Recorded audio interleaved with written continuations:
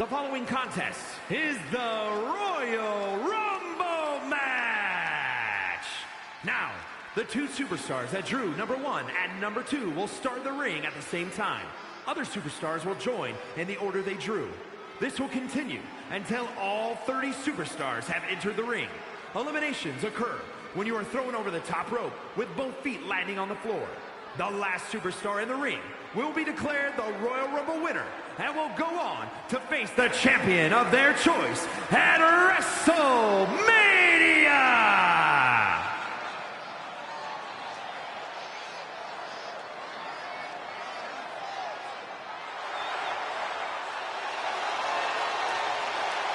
The ruthless, cold-blooded dictator of WWE, Harley Race. Introducing the participants. First, from Kansas City, Missouri, weighing in at 253 pounds, the King of Wrestling, Harley Race. A life-changing opportunity, but an incredible obstacle. Remember the rules of a Royal Rumble match. You eliminate someone when you cross them over the top rope and both feet hit the floor. The last person standing will be the winner of the Royal Rumble and have their name etched in history.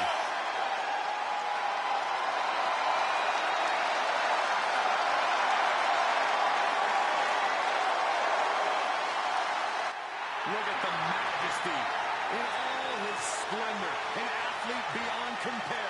The ultimate sportsman. Yeah, Corey, Harley Race had an undisputed list of achievements before joining WWE, and now he is the undisputed king of the ring. One of the greatest competitors in the history of this sport has inspired the likes of Tommaso Ciampa and Triple H. And somehow, the peasants of the WWE Universe do not properly appreciate the king. A man of mythical proportions, the Dragon. Introducing the individual who drew number 2 from Honolulu, Hawaii, weighing in Ricky the Dragon Steamboat. Here we go. Ricky the Dragon Steamboat. The pressure is on. This superstar has succeeded at the highest levels under the most pressure and the brightest of lights. Tonight should be no different.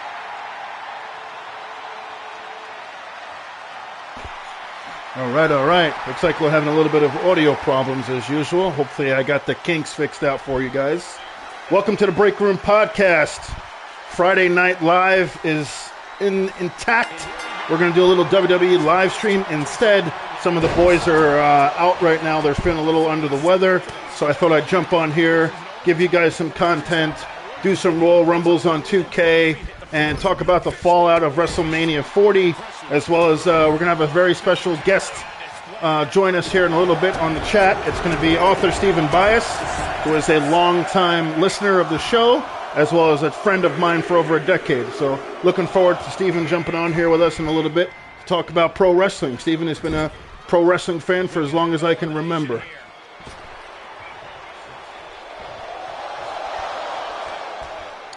All right, in the ring now, we got King Harley Race, Ricky the Dragon Steamboat, and Davey Boy Smith.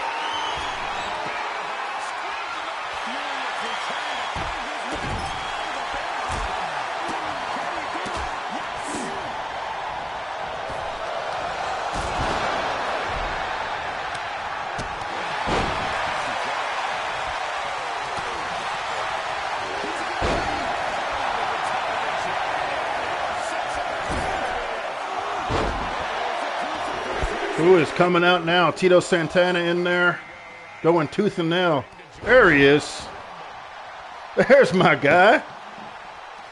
Steve, what's going on, man? I'm doing well, brother. How's everything with you?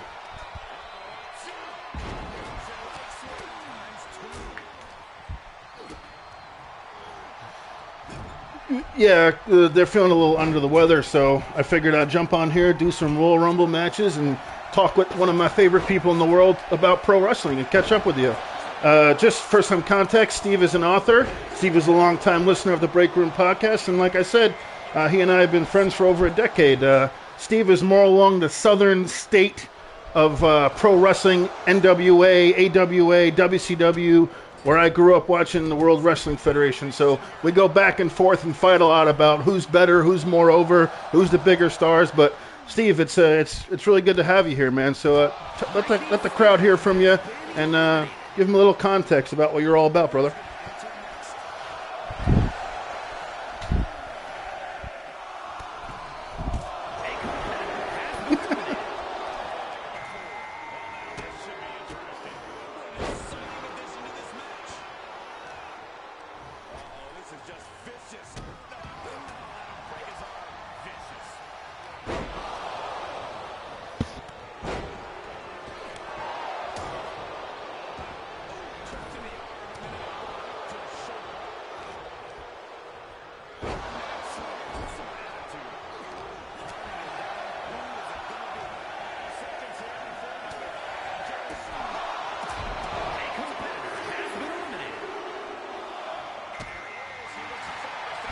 Steve, I think there's a setting on Discord where you have to unmute it.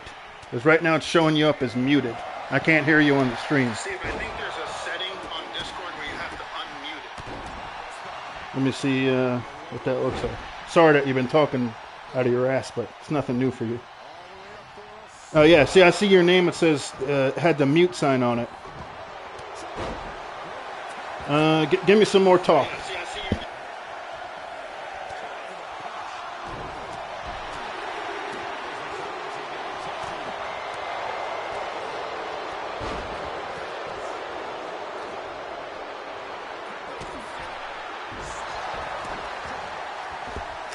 No, I can't hear you.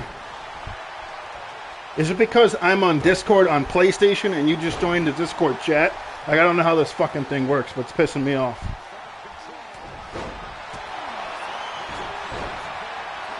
See, it says I'm connected on PS5, so when I'm streaming on PS5, it's picking up my voice, where you just joined Discord via wherever you joined, and it's not picking it up. You have a PS5 handy, Steve?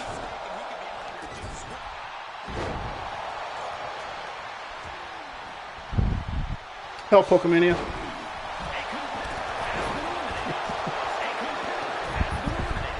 All right, no PS5 handy.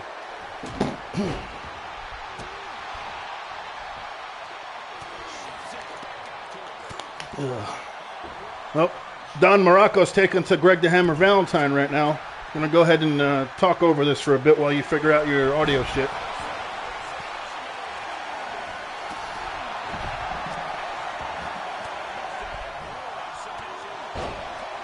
This is an 80s style Royal Rumble, classic 1980s. We got some of the legends, some Hall of Famers in there. I think everybody in the ring actually right now is a Hall of Famer.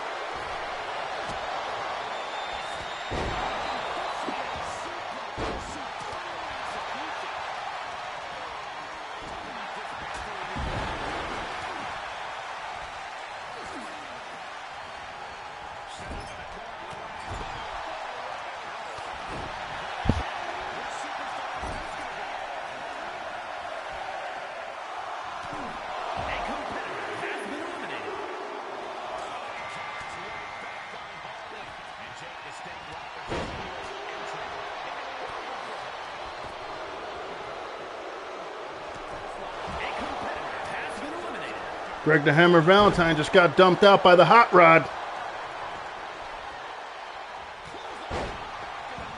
If anybody can fix the audio, it's Steve. Oh! And Roddy Piper ducks and out goes King Holly Race.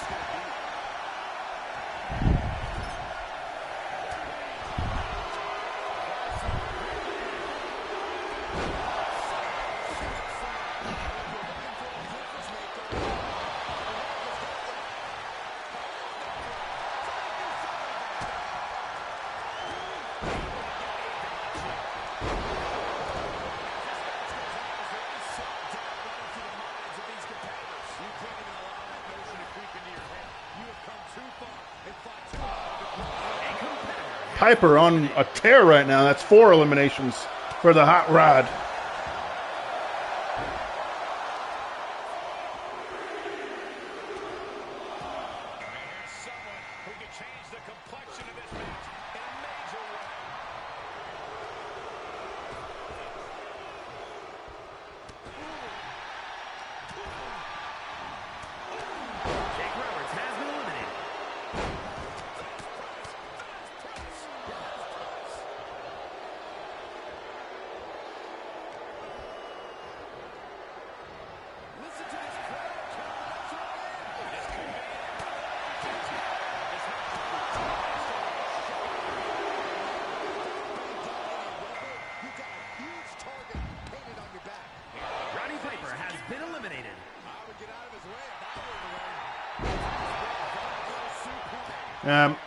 I mean, it sucks if we can't hear you on the stream.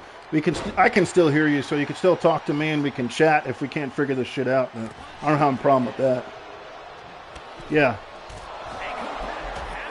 Yeah. PlayStation app on your phone, and then join my PlayStation party chat. All right, let me figure this out. Give me a second. I'm gonna have to leave the Discord chat and then join a PlayStation party. Is that right? Okay, hang on. I'll see you on there.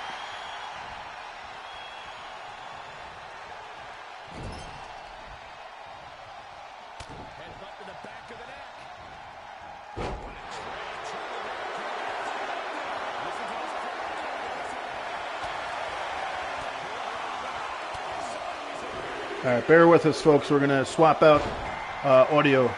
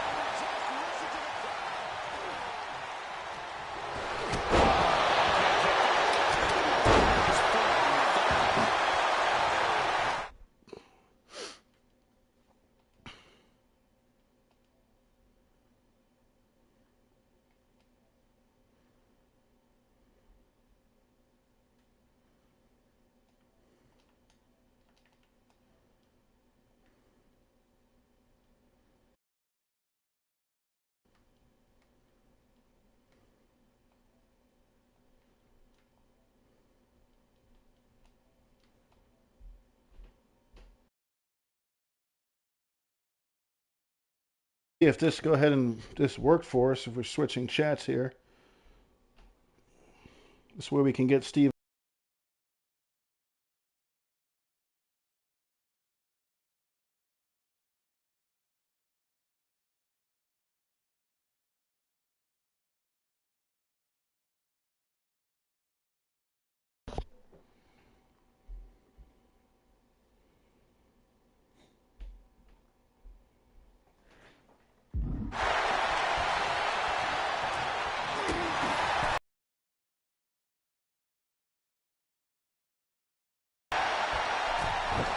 All right, let's see if this fixes the issues here. Thank you guys for tuning in and sticking with us while we get the kinks out here. Friday Night Kinks. What?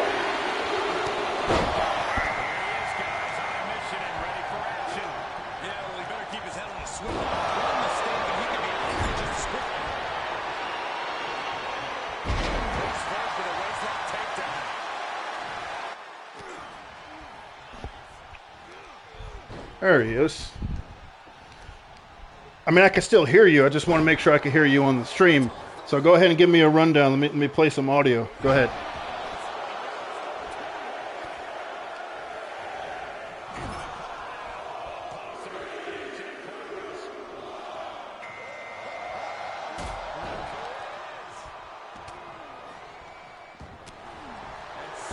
Nope, can't hear you.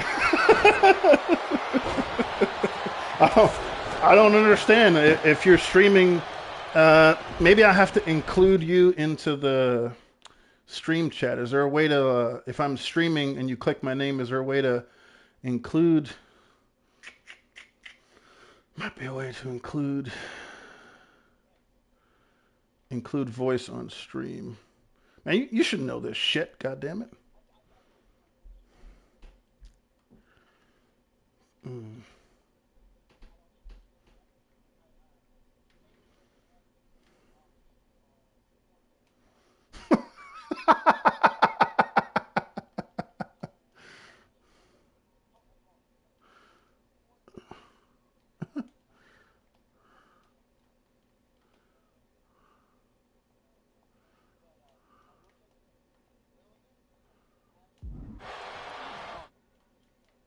Really?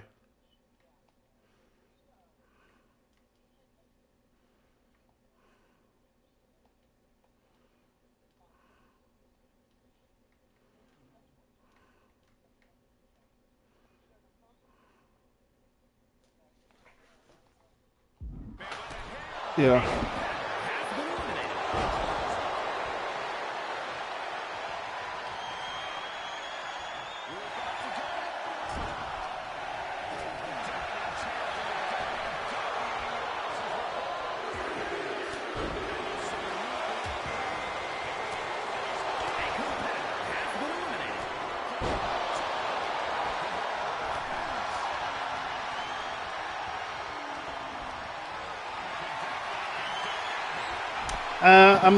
I'm texting and seeing if we can kind of get the kinks out here, but yeah, it's a weird one because you have to share the.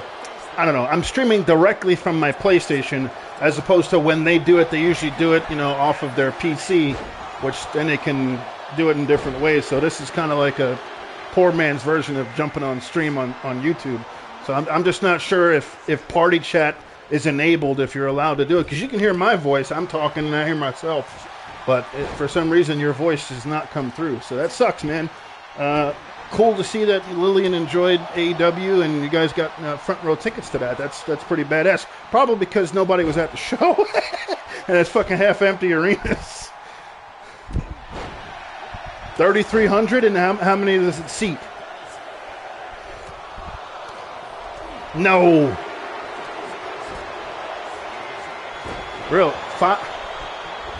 That's.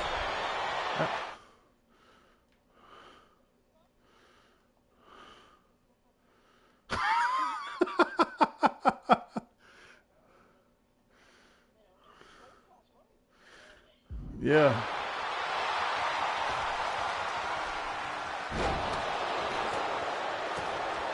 Yeah.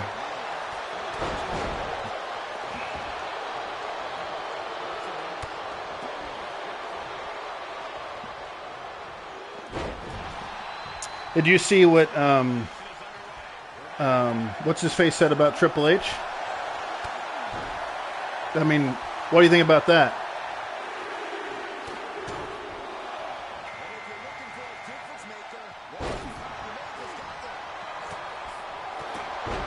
So just for context for anyone listening, Will Ospreay went into business for himself on Dynamite this week that Steven attended, and he was talking about how Triple H threw a shot at him on the Pat McAfee show, talking about how, if you're going to be, what did he say? If you're going to be all in, then you need to embrace the grind.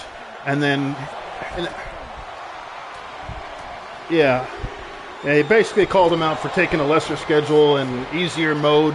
He basically saying he's doing easy mode. So Will Ospreay on Dynamite said that the only reason that he's getting the chance to do what he does is because he was grinding the boss's daughter. Did you see Renee's young face was like she couldn't, like, that was really awkward for her.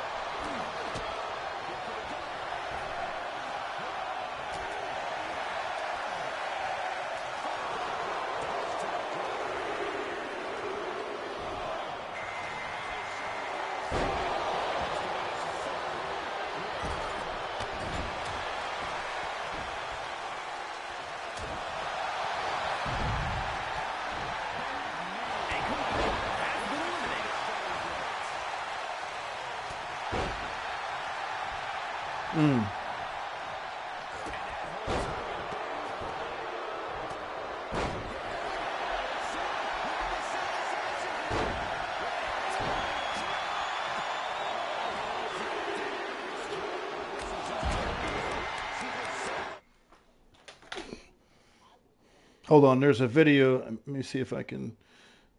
I'm going to send this to you real quick. Yeah, I mean, I heard a lot of CM Punk chants.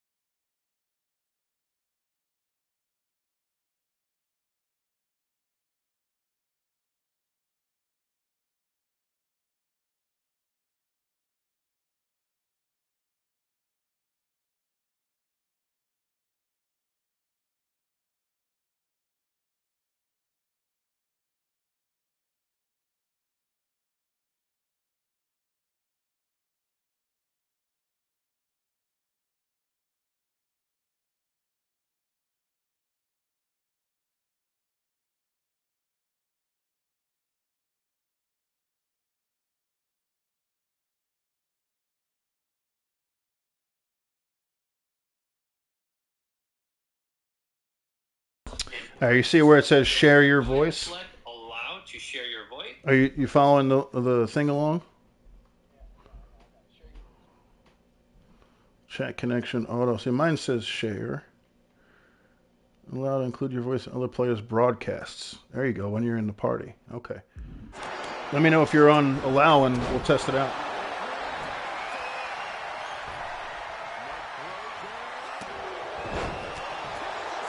There, Vin's here. Just trying to get him so I can hear me.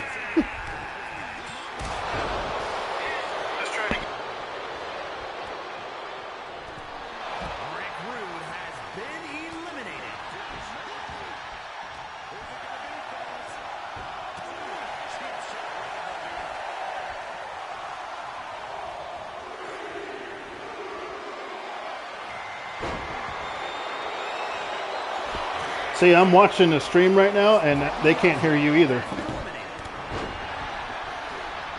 No. Like, my voice is the only one coming through right now. How about mine now? Because I just hit share your voice. Okay, yeah, are you on the stream, Vin? Can you see if you can hear him? Let me I just switched mine over. Hey everybody, how you doing? Andre the Giant, number 30. Getting down to the nitty gritty here in this Rumble. I'm not paying much attention to it as I'm trying to get this audio rigged out because the world needs to hear Stephen Bias talk. I need to hear him. I need to hear the author speak. Yeah. The author of pain, you know? Do you know that I... Yep. He's there. He's there? All right, baby. All right, we're live, pal. Yeah, we're live, baby. pal. Oh, God. Oh, God. Finally. Finally, by God, finally. Steve Bias has joined the Break Room podcast. We finally got our audio fixed up. So just for context, we're going to be talking wrestling all night. We're going to be talking the fallout of WrestleMania 40 with Steve. And we're going to talk about his experience that he had this week with his daughter at AEW Dynamite. Steve, I know we sound like a broken recorder because we've been talking for the last 30 minutes, but give the audience a little context to where you were and what you saw this past Wednesday. Okay, so on Wednesday, I decided for my daughter just turned 16 years old, and she said, I want to go to a wrestling show with you. I want to go with you, and I want to go with my boyfriend. I said, well, AEW's coming to Charleston, so... You had to get the boyfriend a ticket too? Oh, no. I did. Putting the boyfriend over? I'm going to be honest with you. If you've talked to him, I like him a little bit more.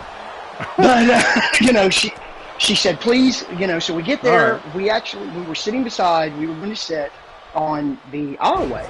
They were going to sit us by the aisleway. Right. And they upgraded our tickets to front row seats. Wow. So we were front row.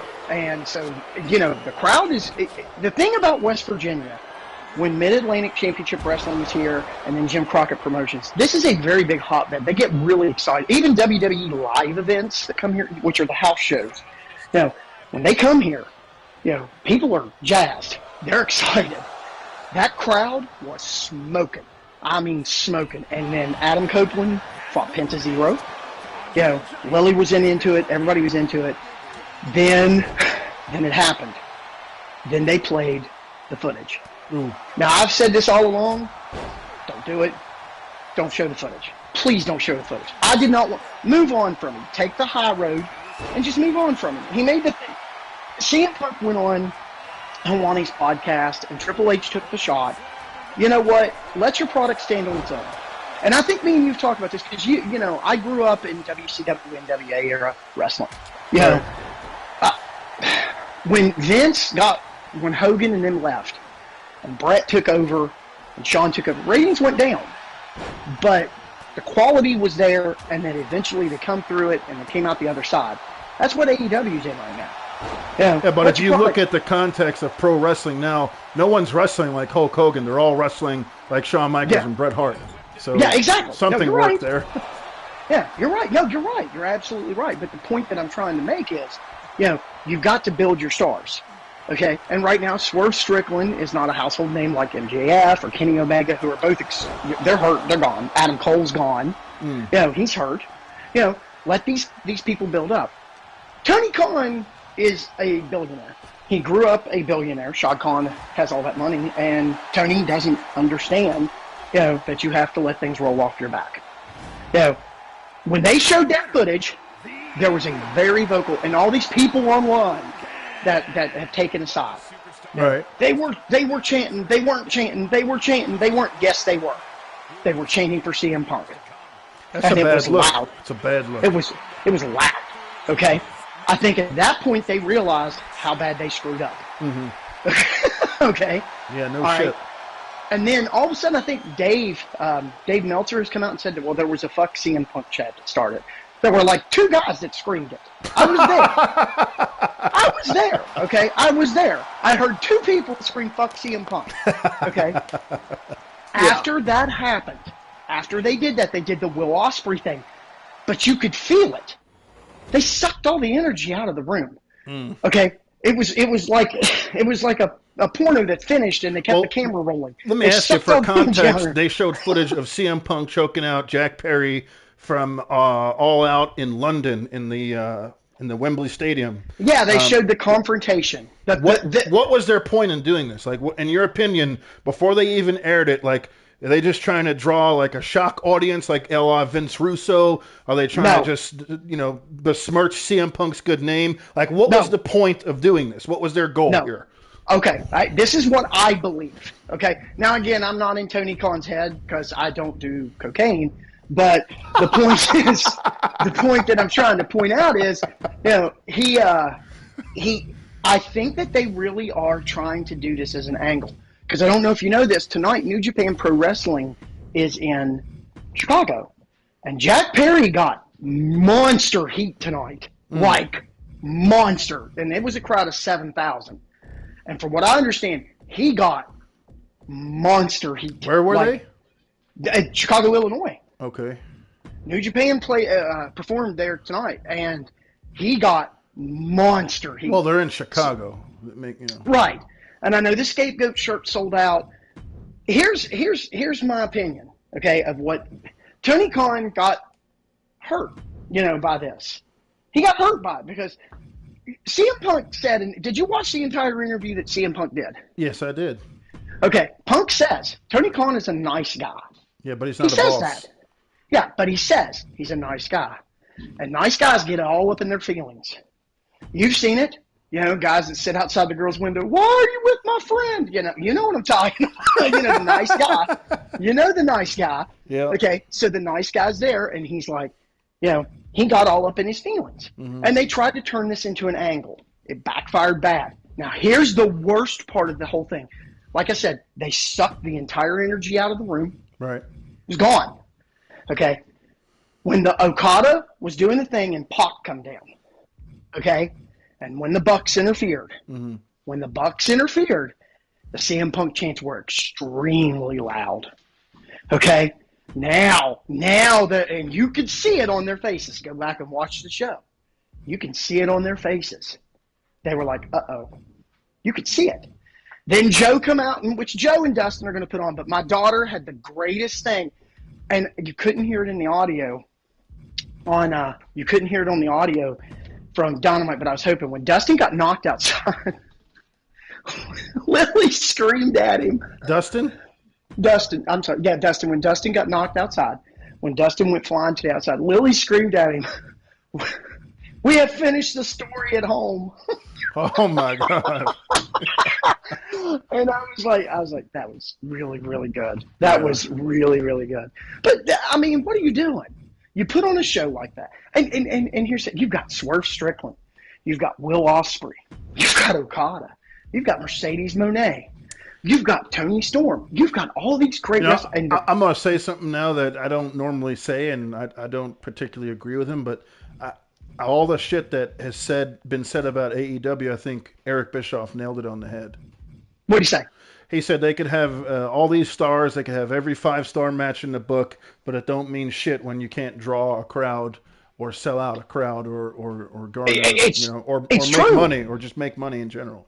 It's true, and someone has asked me that.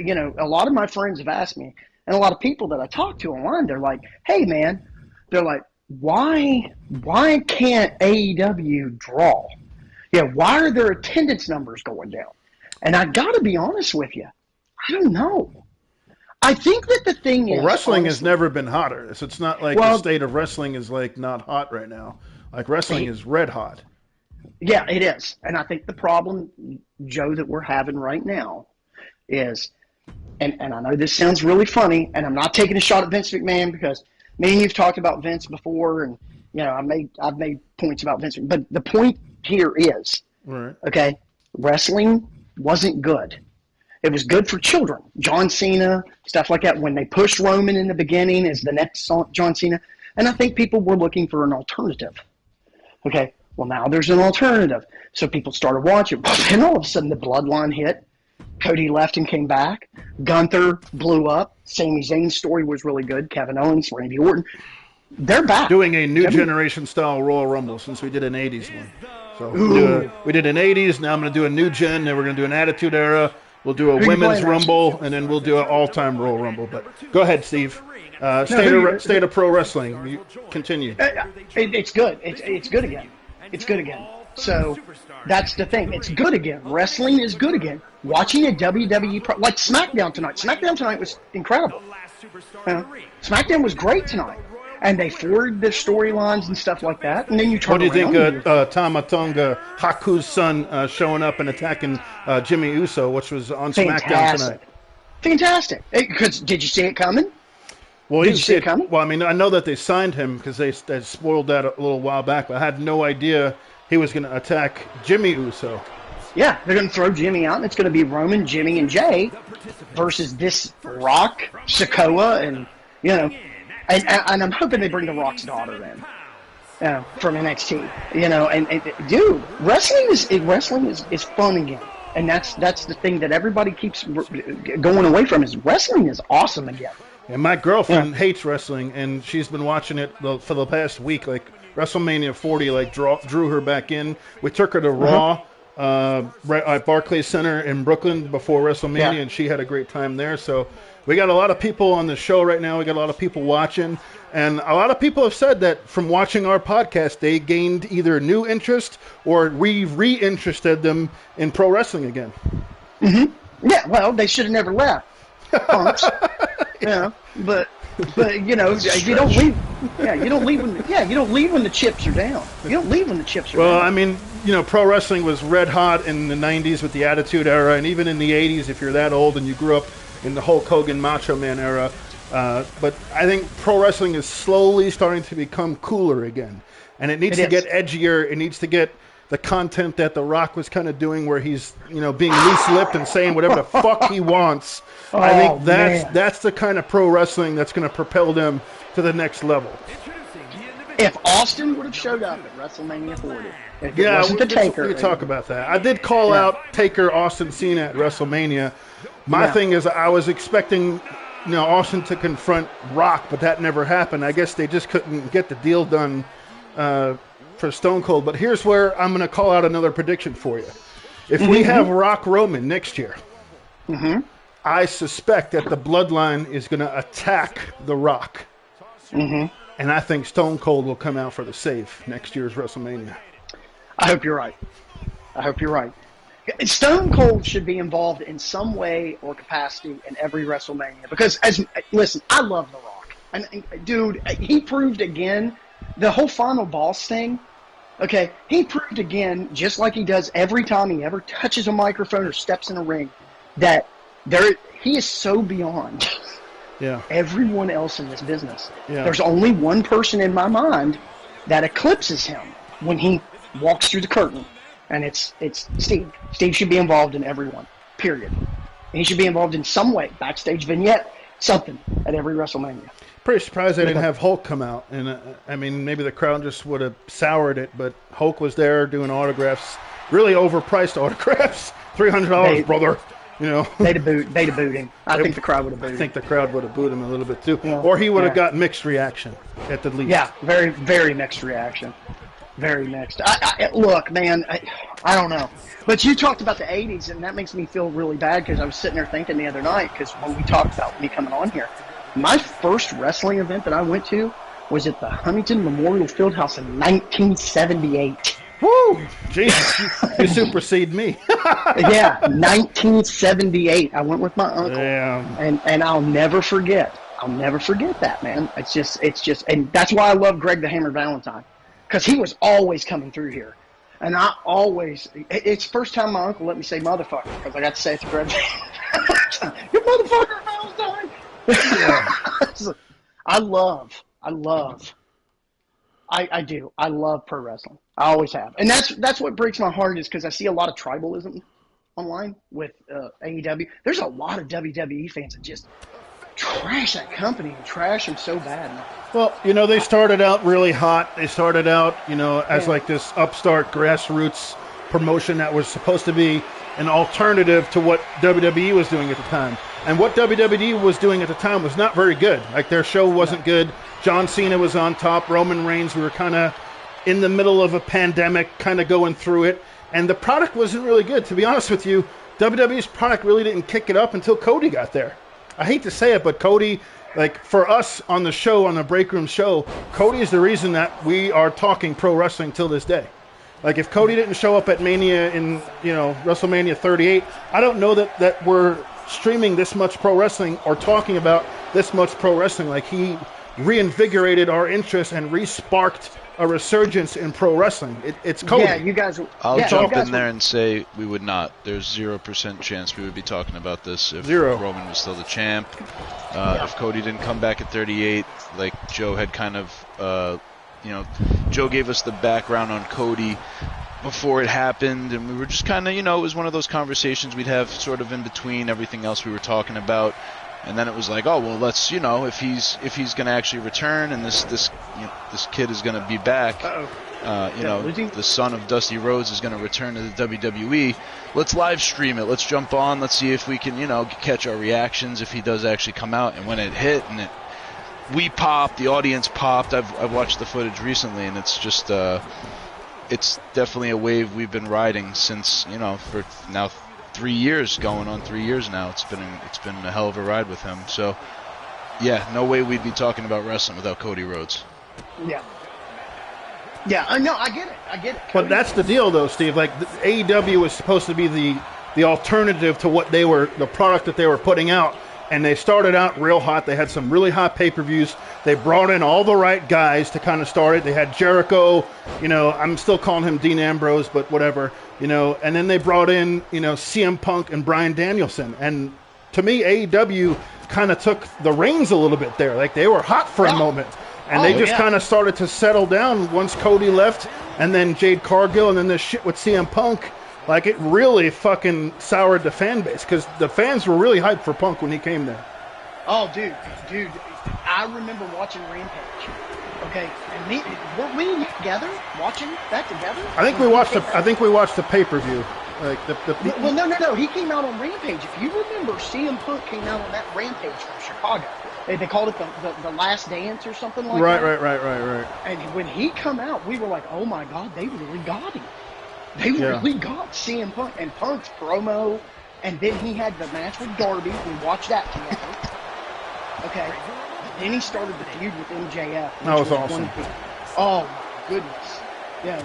And then, you know, he started with Adam Page, and the Elite got mad because they were, you know, all but hurt over, because they weren't the top draws anymore. Yeah. Yeah, because he's CM Punk, dude.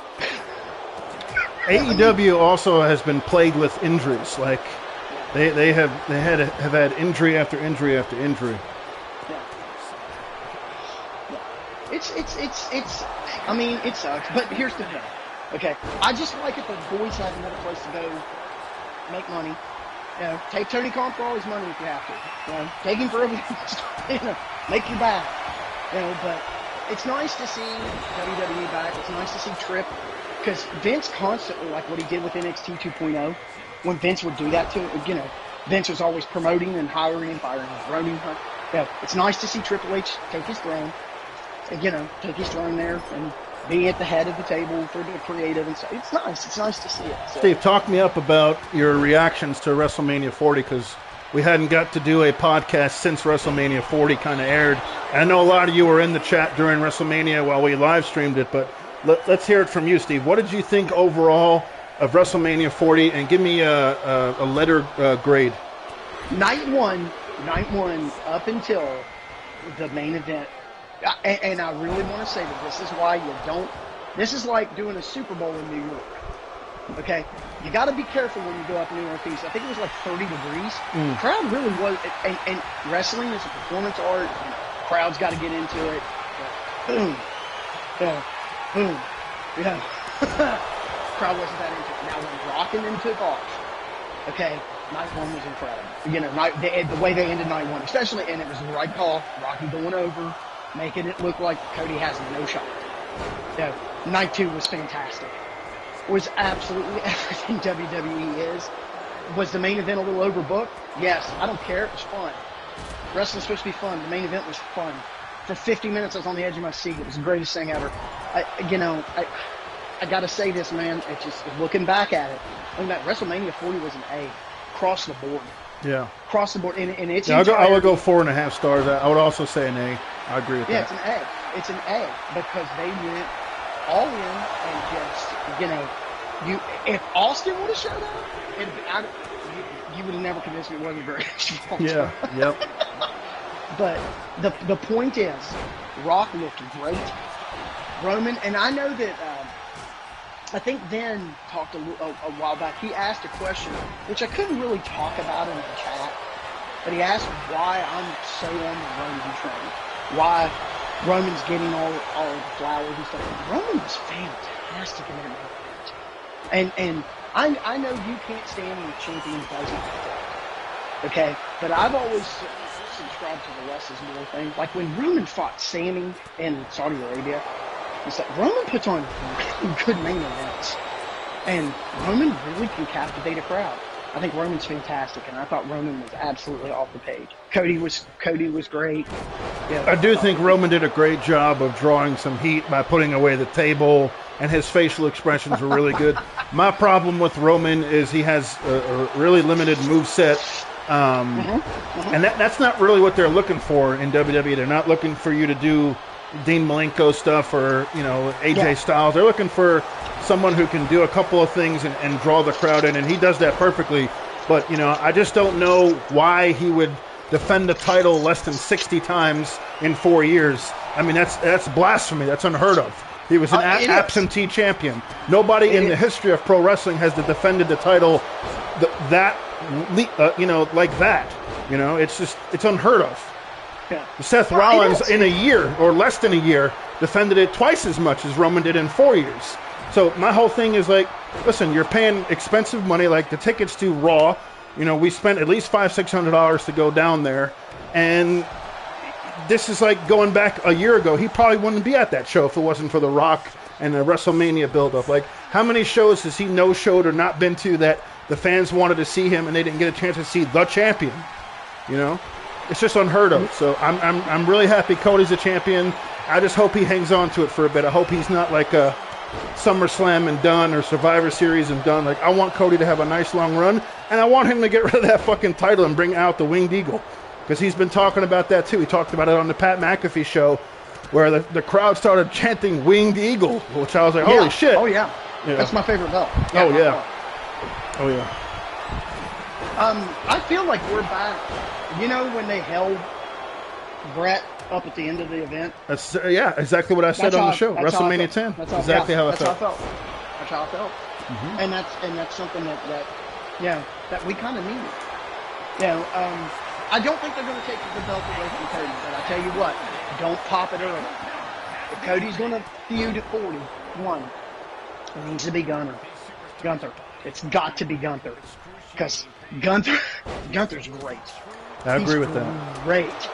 And so you're thinking Cody Gunther at Mania next year? Yes, what about Cody Punk? Punk, you got to have Punk finally have his Rock moment. I just don't know how you're going to do it with Punk needs the Rock, because everybody always looks at when the Rock came in and took the belt. You think Punk is going to wrestle the Rock? I hope so. Not at WrestleMania. It's going to be Roman and the Rock. I know, but I wish we could, because the storyline kind of writes itself. The Rock come in, got the belt and had Cena and took away, because Punk's always, and he's never shied away from it. I never got my WrestleMania event. I never got it. And he wants it. Yeah. He wants it. Well, he would have gotten it if he didn't, pull his prissy little tricep. I think so too. Yeah, him and being straight edge doesn't really help you out when you can't take the sauce, brother. You know what I mean? Hey man, road to recovery. How the fuck do you think these guys heal so fast? Yeah. Well, and he ain't exactly 30 or 20. He's like 47. And that's another thing. A lot of people forget about this. In AEW, he put on some very, very good matches. And after every match at the press conference, what did they say?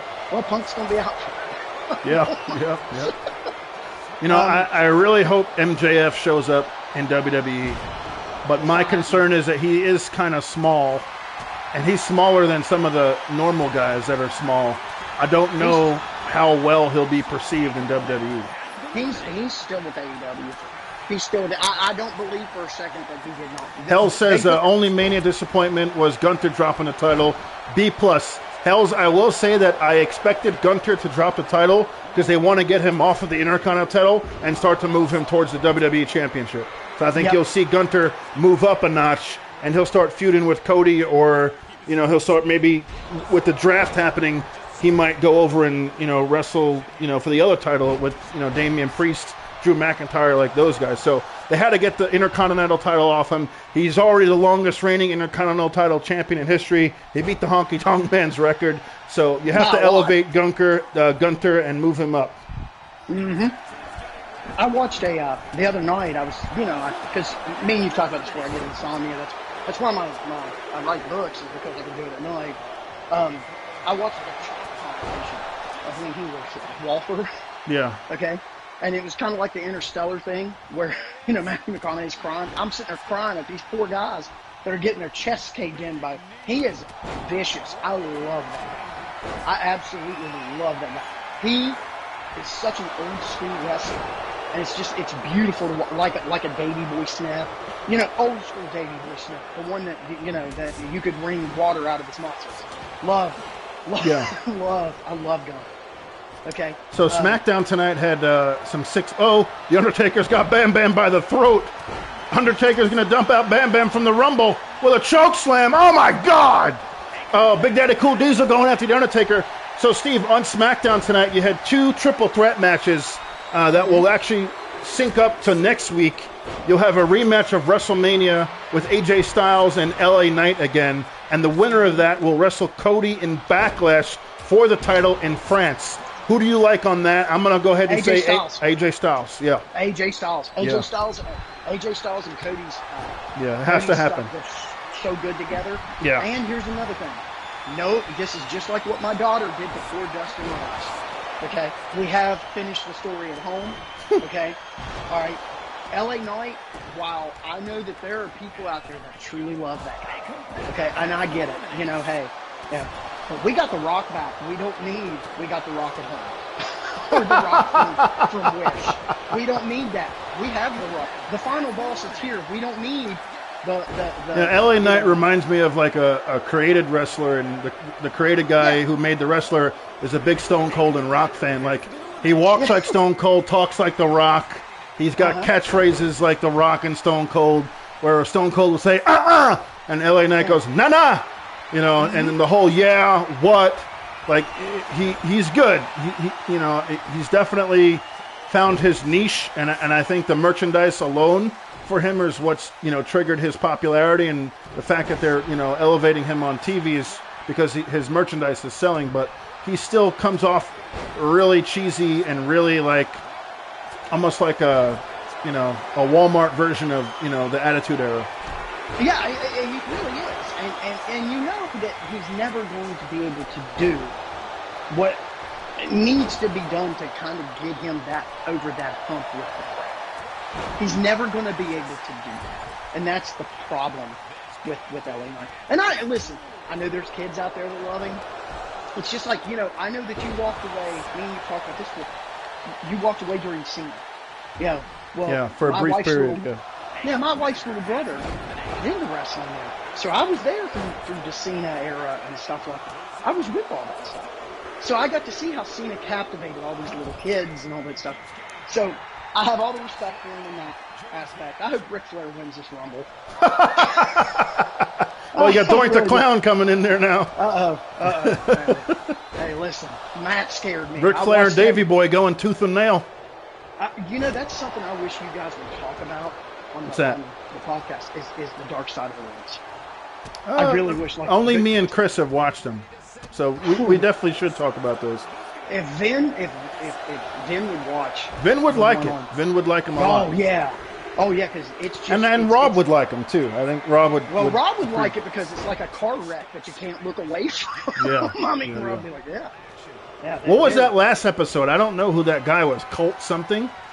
Did you see that last? Who the fuck was that? I was like, okay. Sorry, I've been watching wrestling 38 years. I never heard of this motherfucker. Yeah, okay, another one.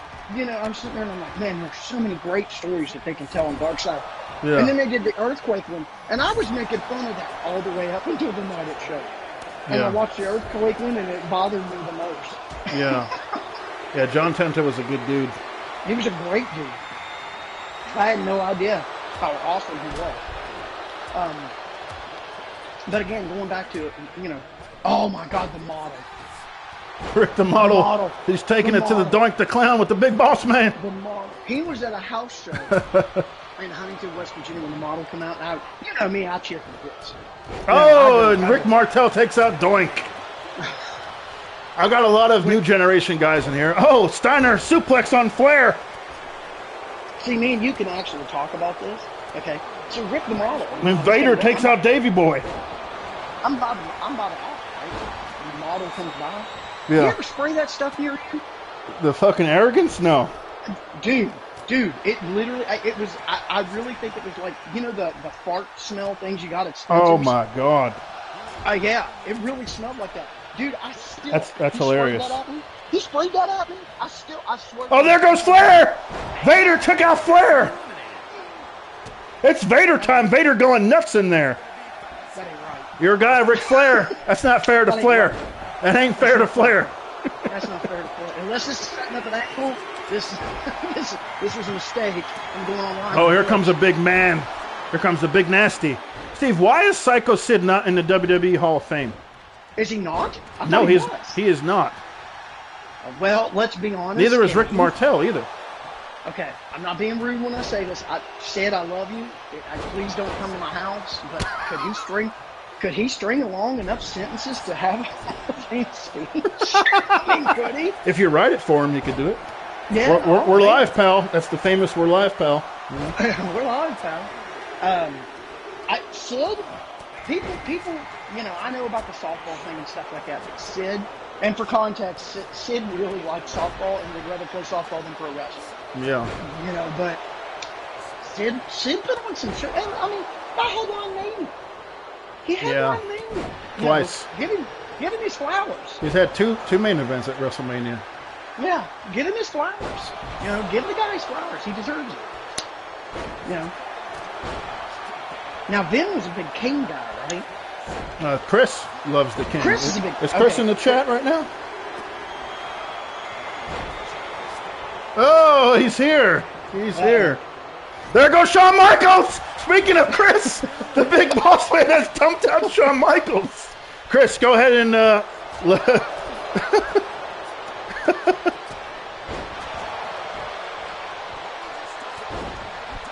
Oh, they do. They love him. But do you see like the point that we're trying to make about like how he's he's taken Razor Ramon?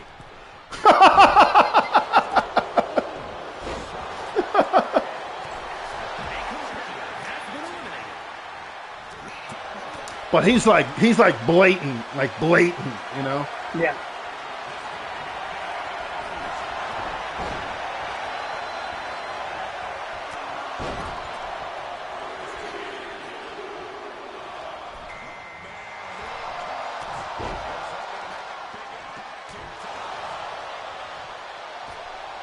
Yeah, okay.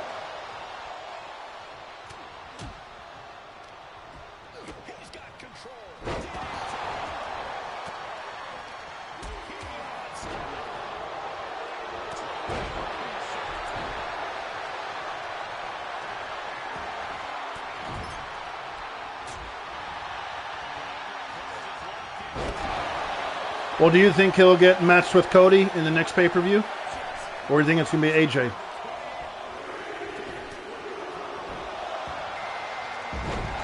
Well, he wrestled Roman and didn't win.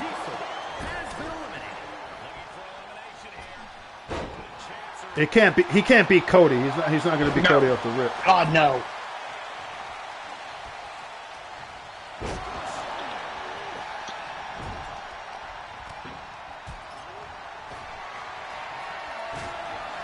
Oh, the boss man takes out Bret Hart. That upsets me.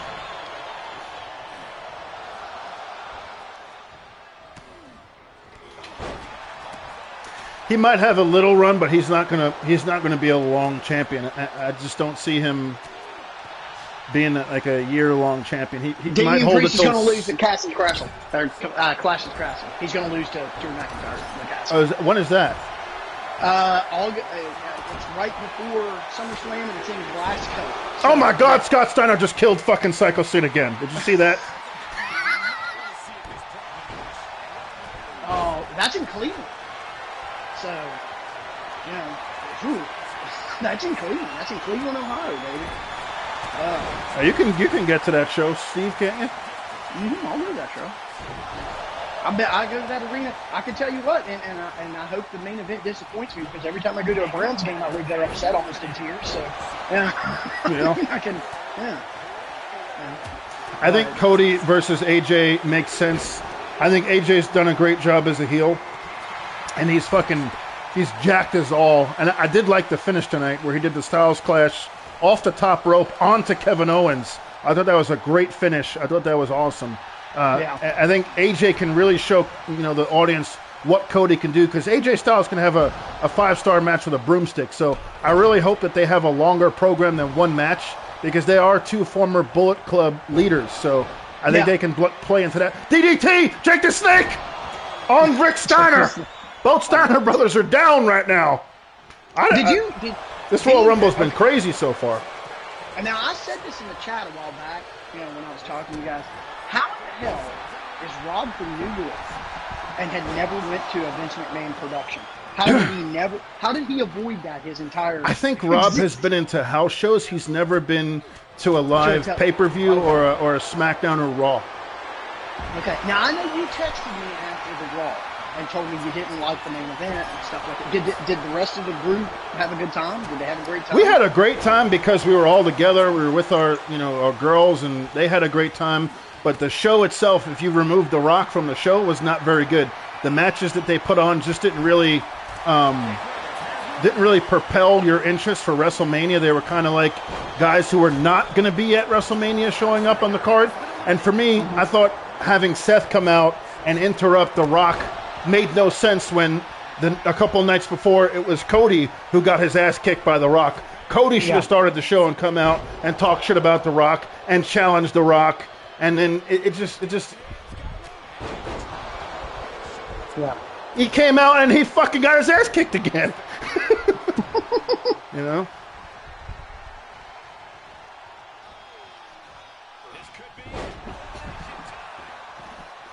I just felt it just felt off that Seth Rollins came out. It just felt off. Yeah.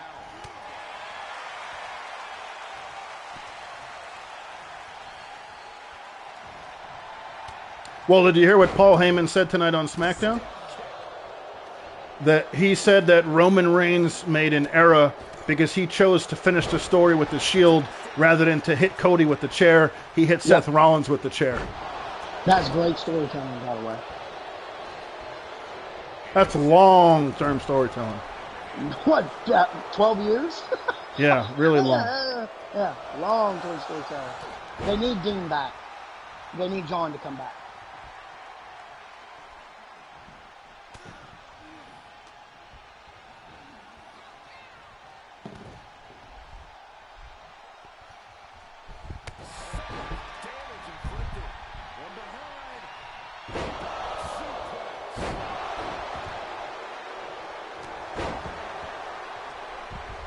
Yeah.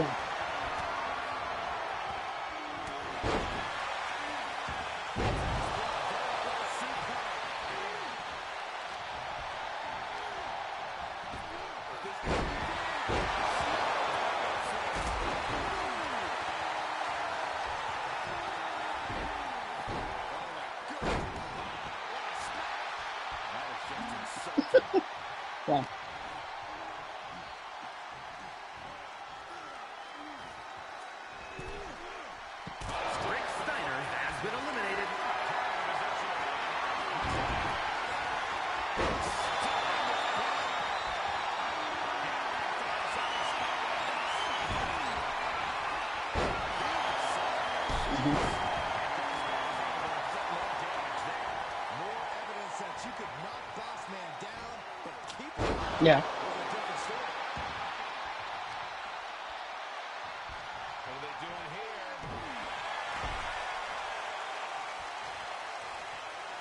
Yeah.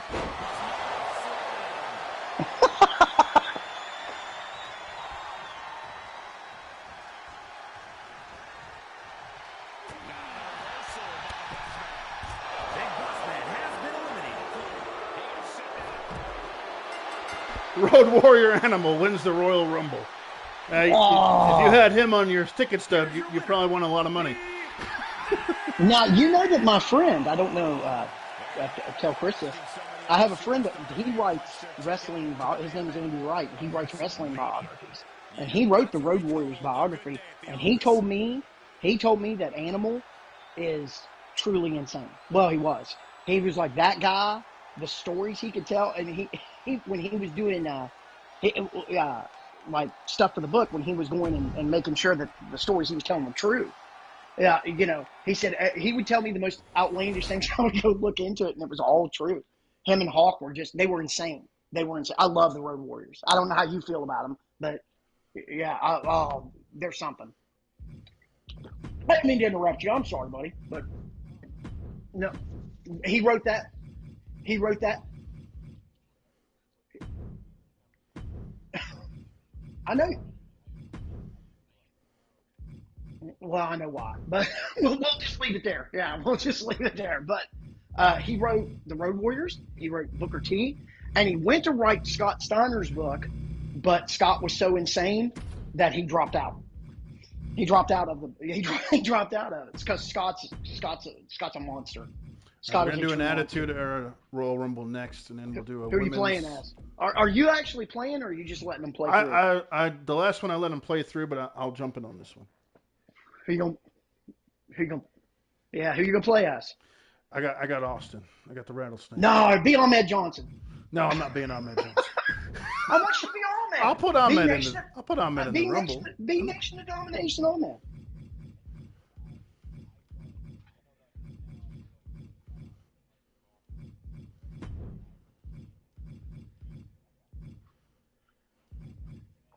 Like Ahmed Johnson? I went.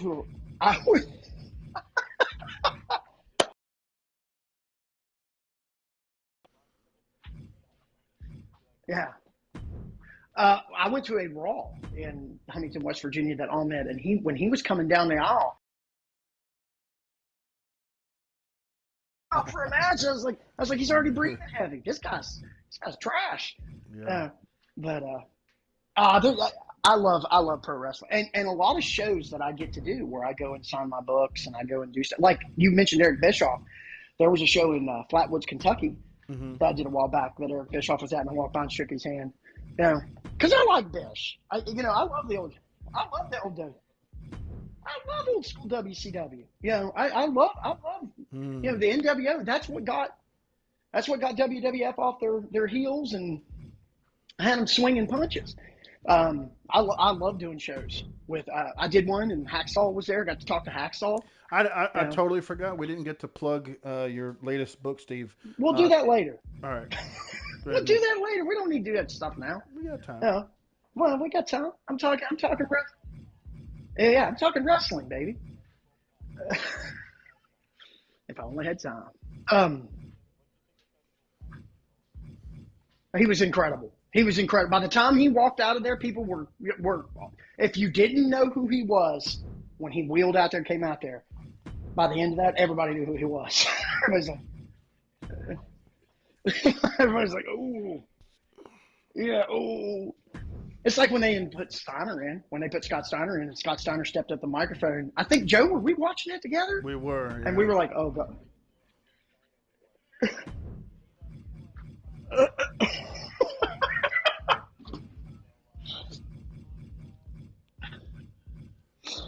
They need to let Braun Breaker become Scott Steiner 2.0. I would really like them to use Steiner for his last name. I know he wants to be his his own guy and all that thing, but I just feel like to propel him to the big time, I think he needs to take the Steiner name. SmackDown, yeah.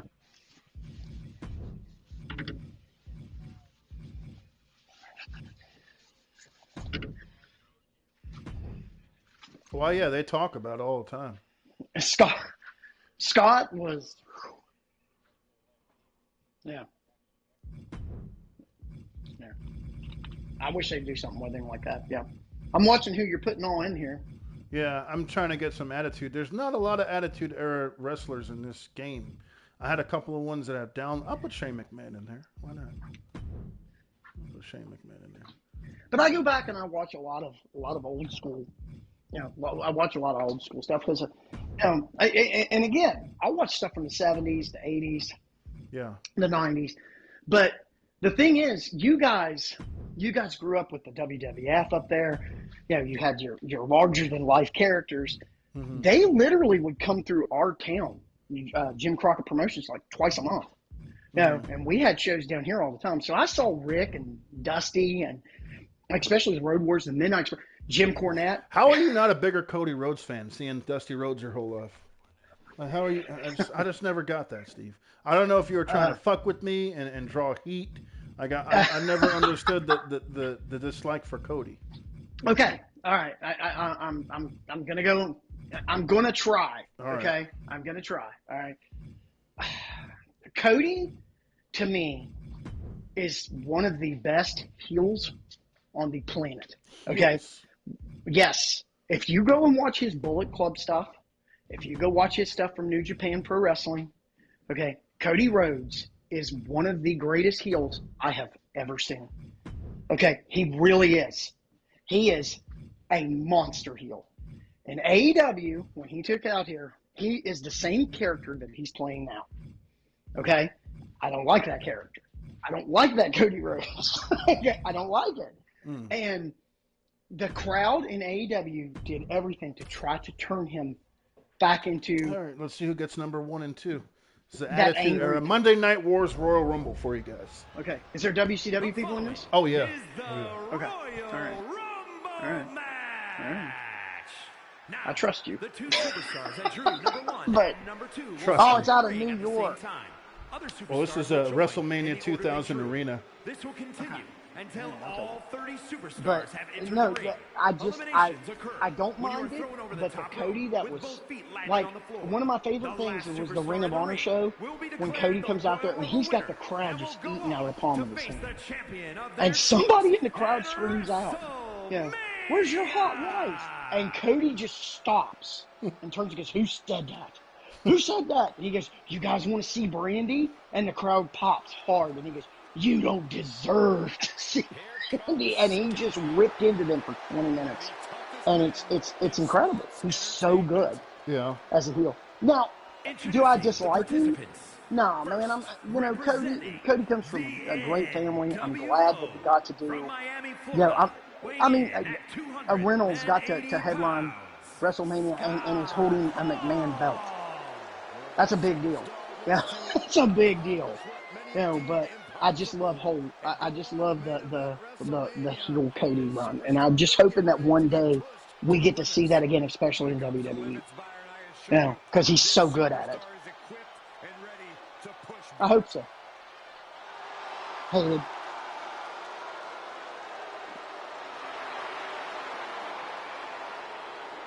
Squander, yeah. Oh no, I'm not saying take it now, but I am glad that the crowd has given him the love that because that got put in work when he was with AEW.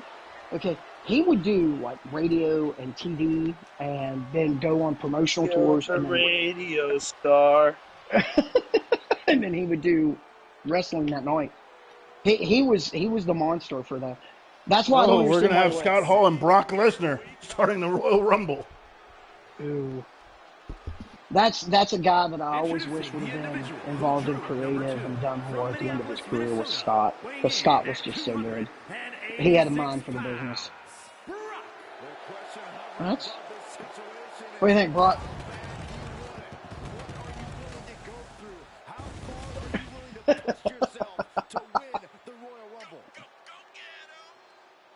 He's the one that put Jericho over. He's the one that got DDP up.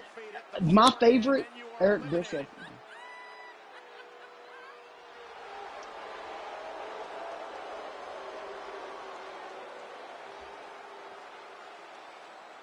Terry Taylor. Yeah. Well, there was a time when Jericho and him went out to the ring, and Scott ate the pin for him, and did it when Bischoff told him not to. Scott was supposed to go over. Scott was supposed to go over on him and didn't do it, and said, "I'll take the heat when we get to the back." Scott, jumping on him and trying to troll him and stuff. I think Scott did that a lot to everybody. I think he really did. I think Scott and Kev did that to a lot. That's why they have a lot of negative. There's a lot of negative people towards them. You're a big Scott Hall guy, aren't you, Joe? I do like Scott. Scott Hall as Razor Ramon was one of my favorites. I did feel like his drug and shit got a little the best of him when he was in WCW, which is probably why they never gave him a world title run. But he should have been a world champion, man. I mean, he had it all. Like, he was a complete package. He could walk, he could talk, he could wrestle. He had the look, he had everything. So, Nash number 3. Nash number 3 coming to save Hall. And we're about to see a jackknife on Brock Lesnar. Will the Outsiders go at it now? It's over. Man. Hall is letting him go. Oh, from behind! No, he hits Lesnar. The outsiders are kicking the shit out of Brock Lesnar right now. I did not plan any of this. I promise you. It's beautiful. It writes itself. Who's going to help out Brock? Here comes RVD. Double team. Look at this. Hall and Nash taking out Lesnar.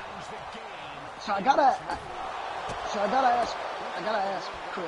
You know, obviously, AEW thing is dominating the news cycle. Dominating. Okay, can they recover from this?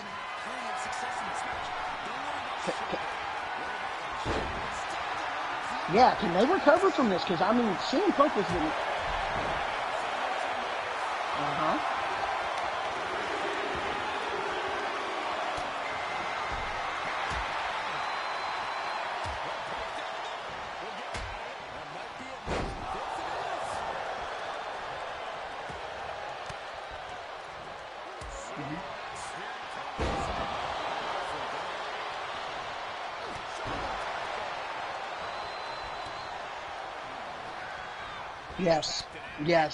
Yes. I watched that pay-per-view, man.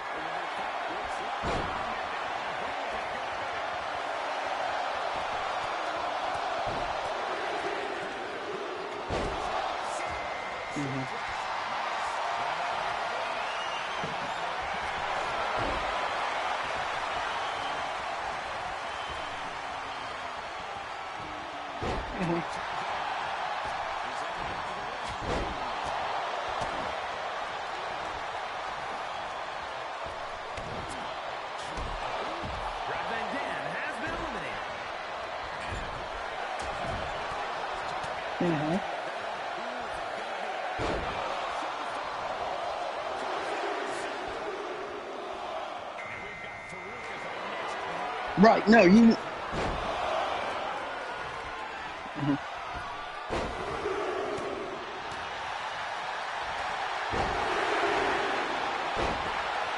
Adam Cole.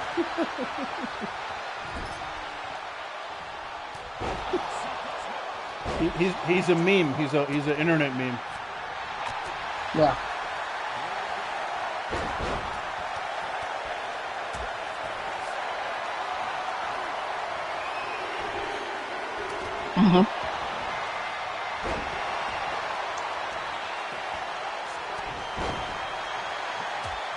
Yeah.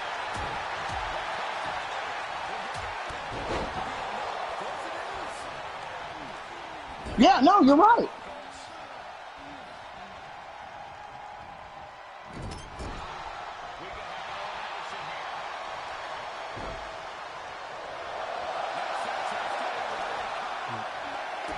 Oppenheimer.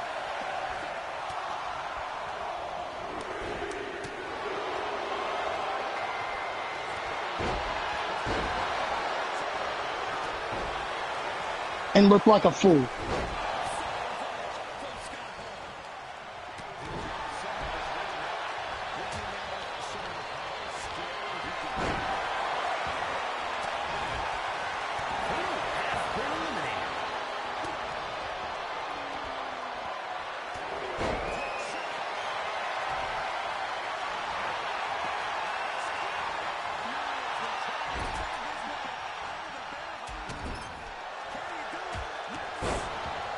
Right.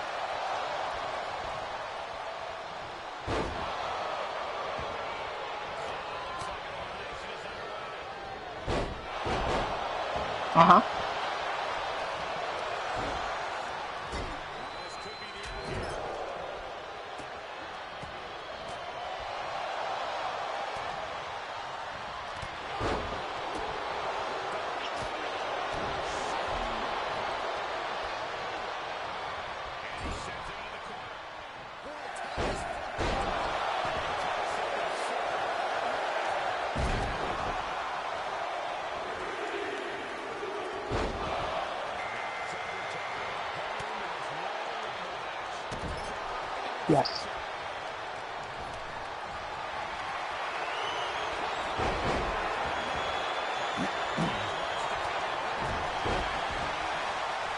A child. Yeah.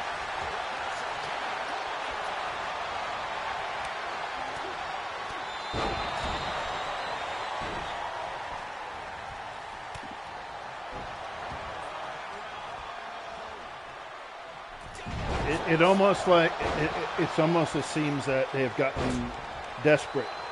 Like they had the hot hand for a while. You know, they had the internet crowd really going nuts for their product. They had all these, just like WCW, when they had Hall and Nash go over, Hulk Hogan joined. They had all these guys come over from Raw to Nitro, and it popped the audience for a while. And you had all these WWE guys who the fans wanted to see for years wrestle the way that they always wanted to wrestle, like Punk, like Bryan Danielson. And they had the audience for a while, and then they started making some really dumb moves. They made some big mistakes. And to be honest with you, they spend all this money on this talent. I think they need to up their production value. The show doesn't look half as good as a WWE show. Like, just the lighting alone that the WWE spends is insane. Like, the way that they light up a Raw or a SmackDown or even like a WrestleMania, like AEW is not there yet. Like, they are just...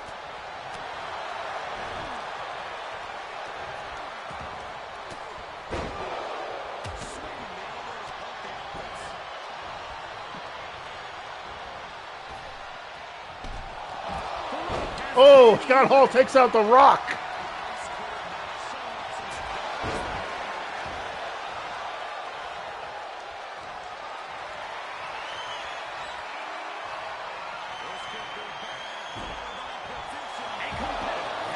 There's no way to go back to that. You can't go backwards on technology. You can't.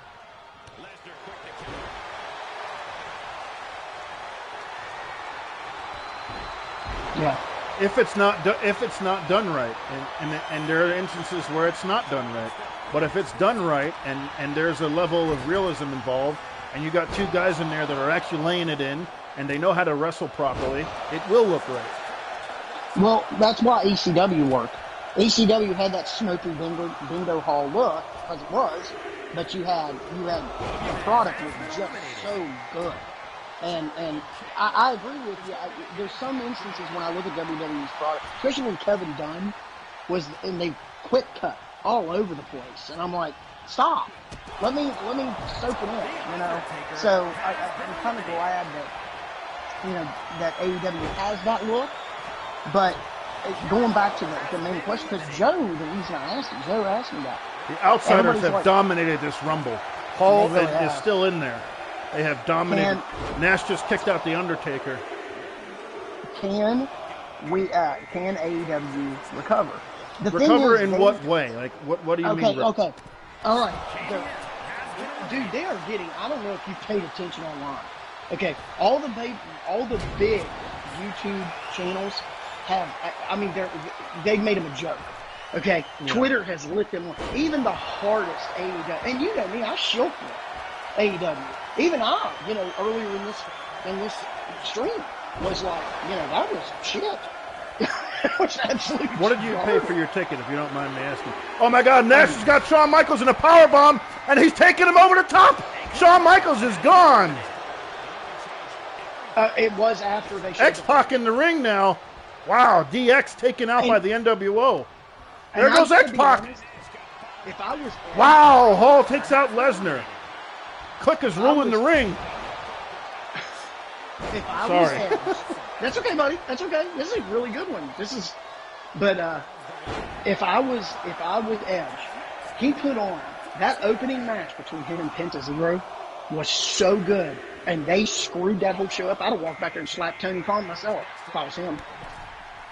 Okay, when they showed the footage from CM Punk, and I talked to, I don't know what time you joined the stream, but I told him, I said, oh yeah, I was front row.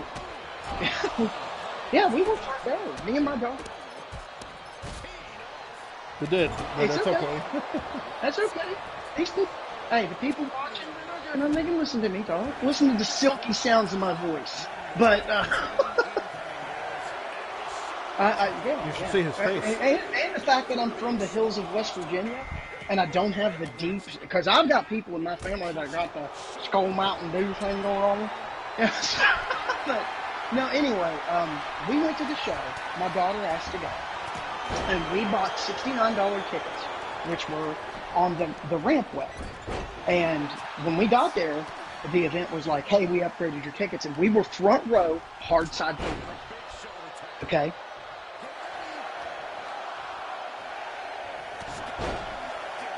That's what I said. No.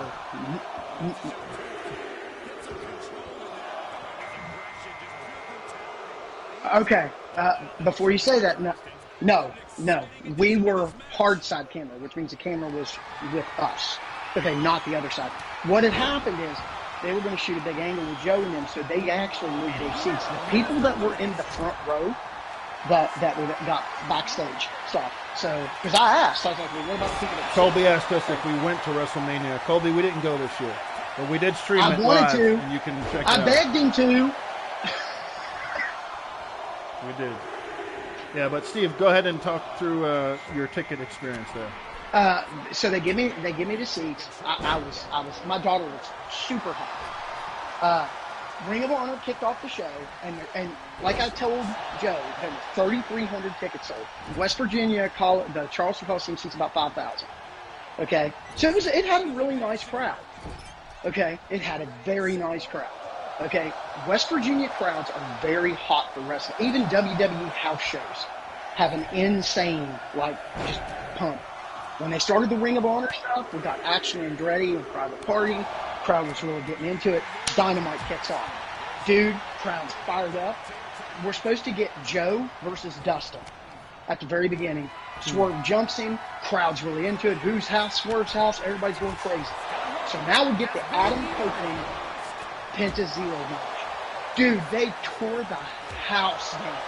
It was such a good, it's a typical AEW match. Lots of hot spots, lots of fun, really good.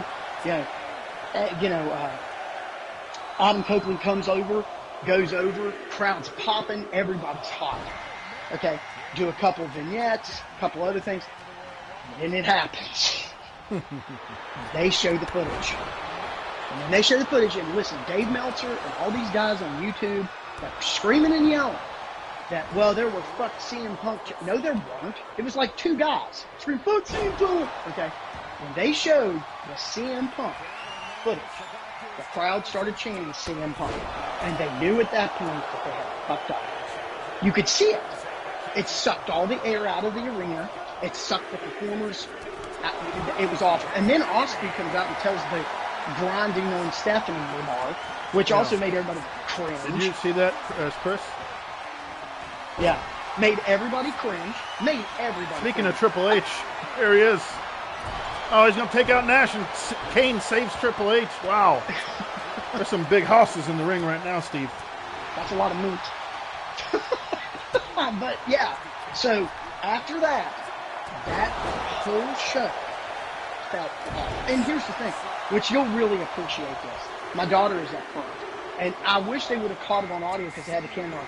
When Samoa Joe threw Dustin out of the ring, he lands right in front of my little girl. My little girl leans over the rail as loud as she can. She goes, "We have finished the story at home." And I was like, that was really good, Lily. That was really good. So, but Did Lily watch WrestleMania? She like it? No. This was her first. Lily always avoided it because, where she does the martial arts stuff. Yeah. She never gave wrestling a chance until Wednesday. And I'm going to tell you right now, she walked out of it and she was like, okay, I get it. So now I'm gonna try to get her to a WWE. I know that Raw and SmackDown are always coming around towards Lexington, Dayton, stuff like. I'm gonna try to get her to one of those to let her see a real huge production, holy shit show. Not this. What's Jim Cornette said? Outlaw Mud Show.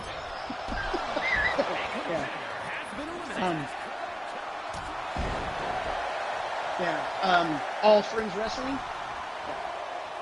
He's right. I mean, that's what they did to Punk. Listen, go ahead. Please go ahead. Ask anything.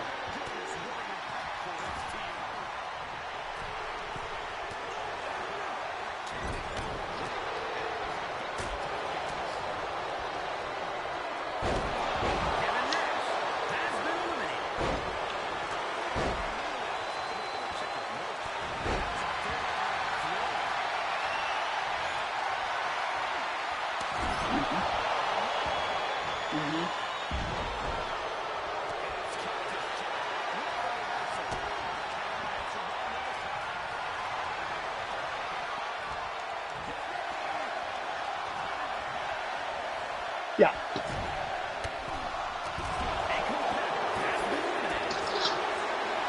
Joe calls that the LeBron.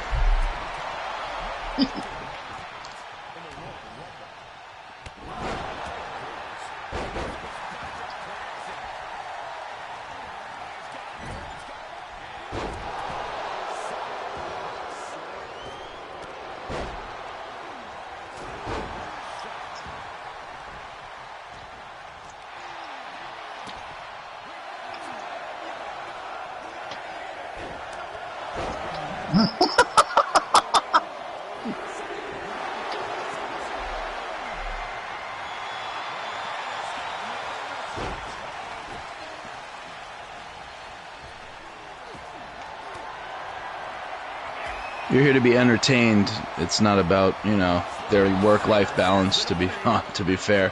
Listen, I think it's a great thing that AEW provides more work-life balance, but in that regard, the reason that they are doing that is because they're not putting on shows because they can't fill out more shows than once a week. So that's just not a good overall business model for long-term, you know, progress and long-term success. Look what all the wrestlers from the origins of wrestling, what they had to do to make Mick Foley, Cactus Jack, Dude Love, Mankind, they're all in the ring. Constant sacrifice, body, mind, family, and they just want to be the WWE, and they're not the equivalent. And, you know, to be fair, they'll probably never be, but there's room for competition. That's the flip side. At the time when, you know, right before Rhodes left, I remember Joe would reference AEW pretty regularly because they were more edgy. They were doing stuff that would maybe entertain a more mature crowd. And, you know, Chris would push back, but I think ever since we started those discussions, WWE has gotten more edgy, and especially over the last few weeks, couple months with The Rock and everything, and you're seeing them push that boundary and go back to that blurring the lines of reality, and AEW is doing it in a way that it's exposing the worst parts of it. Tony Khan is a little baby, spoiled brat, rich kid that, you know, AEW is his plaything, and he doesn't know how to truly entertain the audience. He's just trying to entertain himself. Yeah.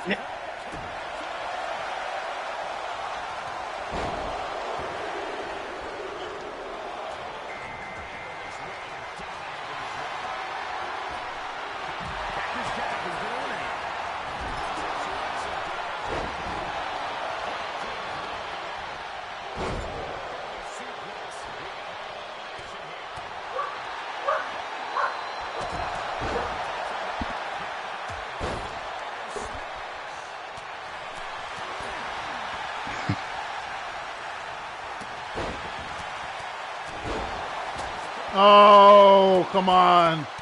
Come on. Come on. Stop it. Stop it.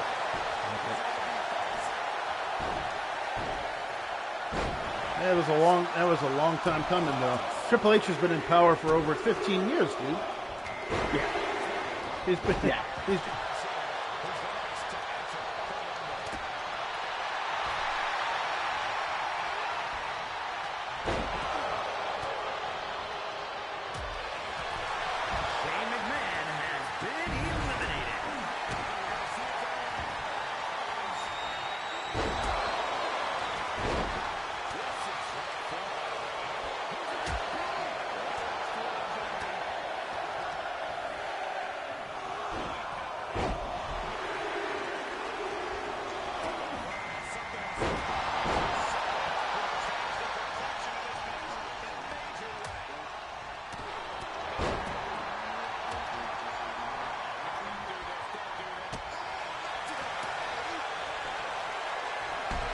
Yeah. And why are they promoting a wrestler that isn't on their fucking program? Thank you. What?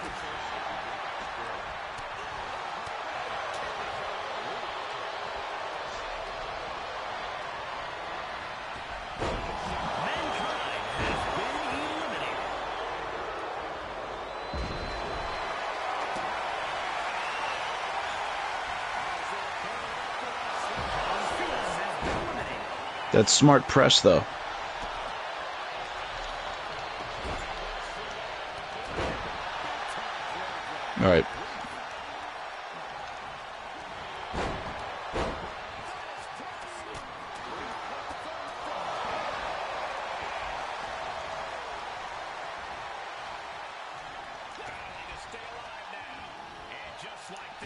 We got the final four here. Stone Cold, Taz, Kurt Angle, and Hollywood Hulk Hogan.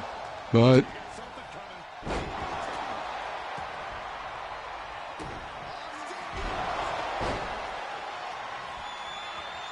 look like a little bitch.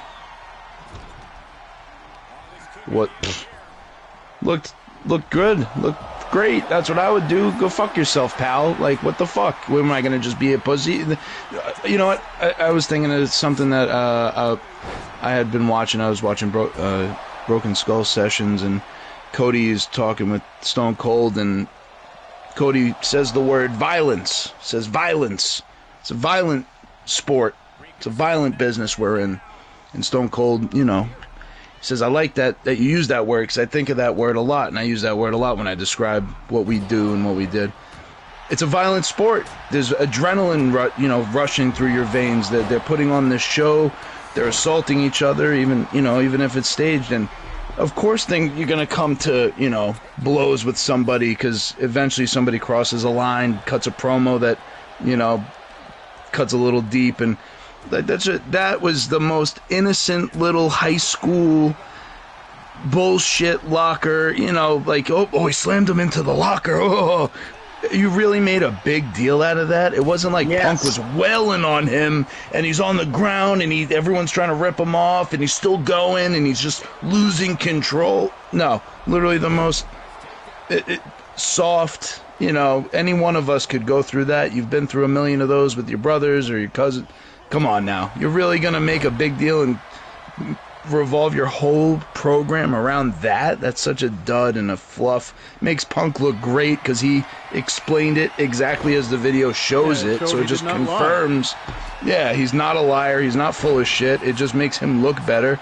It's similar. It makes me think of the WCW fumble with Mick Foley and saying, oh, Mick Foley's going to win the title. Who wants to watch that? You fucked yourself by promoting their program. Stupid business, bad business.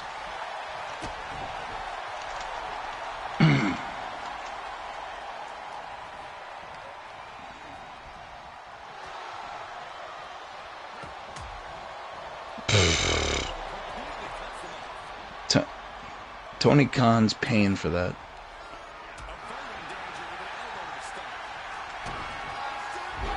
Tony Khan's paying for bot armies from fucking Taiwan.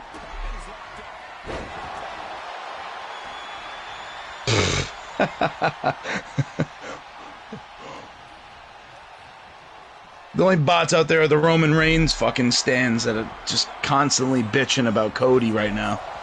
How dare you? Bitching. Whiny.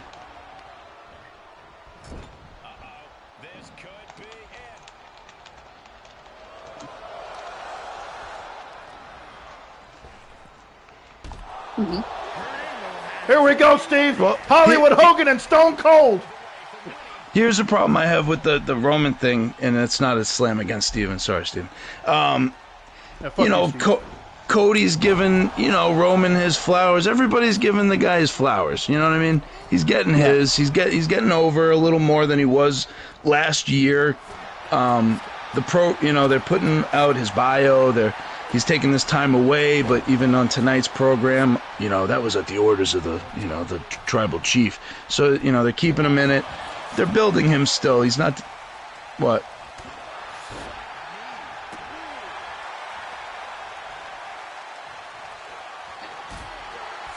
Yes. Oh, I see. That's what I took from it. Oh, okay. I guess that makes sense because Paul Heyman was like... No, then that's a better point. Whatever. So my point was that Roman is getting his due, I think, as a casual observer, and there's no reason to feel, unless you're just kayfabe and hard, I get it, it's your guy, but, to really be trying to trash Cody, I don't know. It's undeniable if you watch the show how behind him the crowd is. It's just clear as a bell. Everyone wants him over right now, and that'll fade, and we want to see I want to see new things from Cody that I haven't seen as a newcomer. I want to see him get a little bit more violent, more angry. He's a little too polished, and that's fine. He's the champ. but eventually something's going to have to confront him to change that dynamic. But let the guy fucking have his moment. This is great. This is everyone in the WWE history is happy for Cody. Rumble indeed. So it is. Oh, and there's Stone Cold winning the Royal Rumble. He's going. Imagine Stone Cold versus Cody Rhodes. You'd have to have you'd have to say Steve Arena. Not in this day and age. I don't want to see that. I don't want to see. Stone Cold knows and he admits. Right. It wouldn't work. Not this version of him, anyway. I have a history with Joe, and me and Joe would say, and you guys need to understand, we would do like 9-hour Xbox parties, like every day a week, and talk about pro wrestling. I mean, it was really that big. Yeah. Okay, to the point that we would talk about it. And when CM Punk signed with AEW, one thing and I'm going to say this, and I never give Joe props. Okay, I swear at Dynamite they wouldn't let us hold signs because we were on the hard side. One of my signs that I had was Joe is my fourth favorite person on the break room. Well, and I mean, because I rag on him all the time, but he called it. When they hired CM Punk, Joe said to me, Steve, CM Punk's an asshole. And he's like, is he gonna cause problems like he did? And I said, nah, dude, he's different now. He's been away from the biz a long time. He's grown up. Joe, you're right. You know, I mean, it was very hard. Yeah, Joe said. Yeah, but what problems did he cause? Like, if you see that now, you got like the full story out there. Like, what exactly? Like, first of all, why is Tony Schiavone going up to CM Punk during catering while he's eating, asking him to go deal with a talent? Like, CM Punk is not an executive. No, it's not. So why is he again asking CM Punk to get involved again? Like, it's almost like he's egging him on and he's asking for this shit. CM Punk went there with the best possible intentions to kind of, give the crowd, everything that they wanted to see. They wanted to see CM Punk for years. Every time they're in Chicago or anytime they're in a WWE crowd, like the crowd chants for CM Punk. They've been doing that since 2014 and he finally comes back. And I was really excited. I went and I bought the t-shirt the first night, man. And I thought it was going to be a good deal. But it goes to show you that you cannot have a boss that lets the inmates run the asylum. Well, here's what this is my personal, and reading everything, okay? And I'm going to tell you what Tony Khan should do. And I believe Punk. When Punk says, I went to Tony Khan started this with the Bucks and Hangman and Cody. He started this with the Elite. And I don't think he wanted to say anything to them. Okay, when Hangman went into business for himself, when he went out there and went into business for himself and did that, and by the way, guys, another really great thing, Charleston, West Virginia, another AEW show, and I talked to Joe after that show went over, CM Punk came out and called Hangman Page out when Hangman wasn't there, and this all led to the big media scrum and the big fight in the back between Kenny Omega and all them. Okay, should Punk have aired his grievances in front of everybody? No.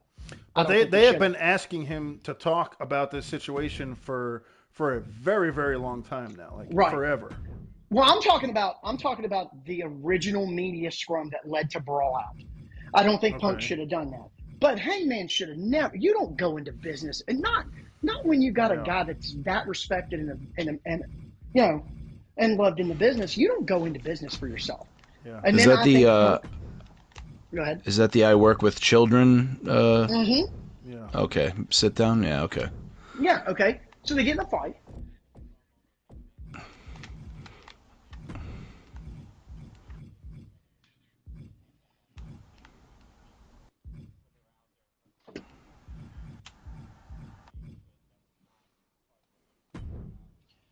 Yeah. Try to warn you. Yeah.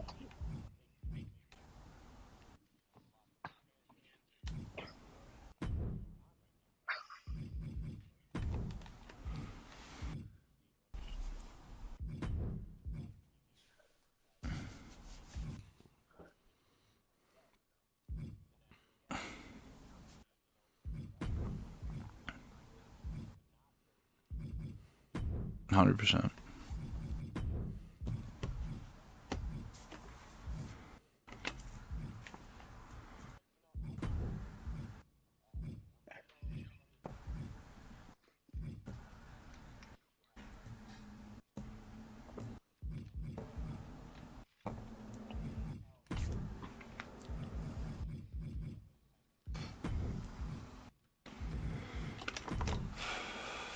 Immature.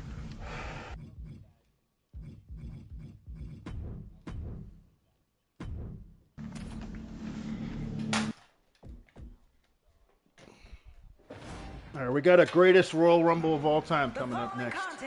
The greatest 30 superstars of all time. No. Did I see Goldberg? No, fuck Goldberg. Oh, man. And that leads us, and I think, and then I believe, again, Punk saying, Tony didn't want to get rid of his biggest draw. CM Punk's a draw. So he gives him the Saturday night show and tries to keep everybody away. Now, here's the thing.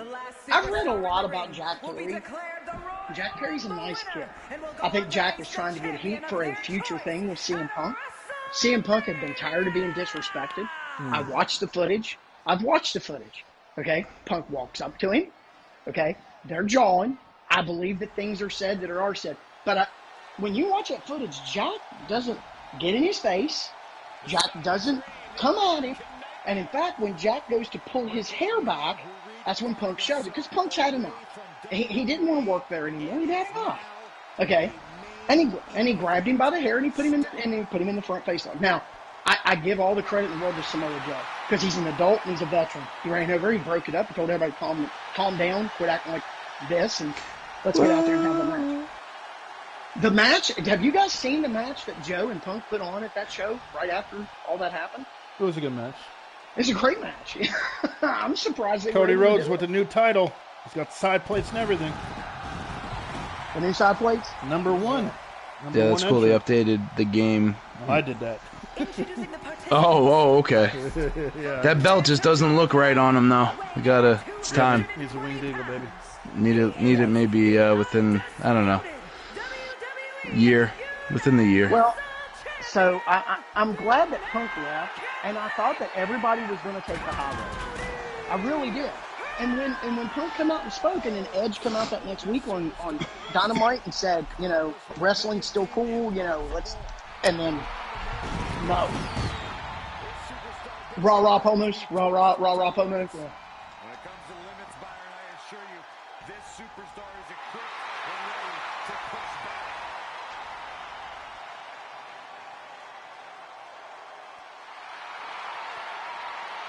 Yeah.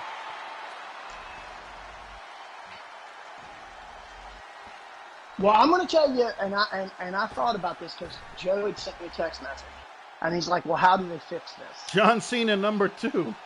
I can fix this. I tell you right now how to fix this problem. Okay. First off, Tony Khan needs to stop. Stay off Twitter. Talk. Don't talk. Stay off Twitter. Here's what you do. Give the book to Jericho. Give the book to Jericho. Give the book to... Why not? Jericho got a piece of paper over. Okay? Jericho literally got a piece of paper over. Give Jericho the book.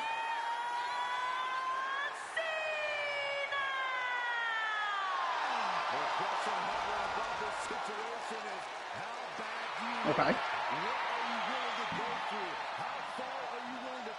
Michael Eisner.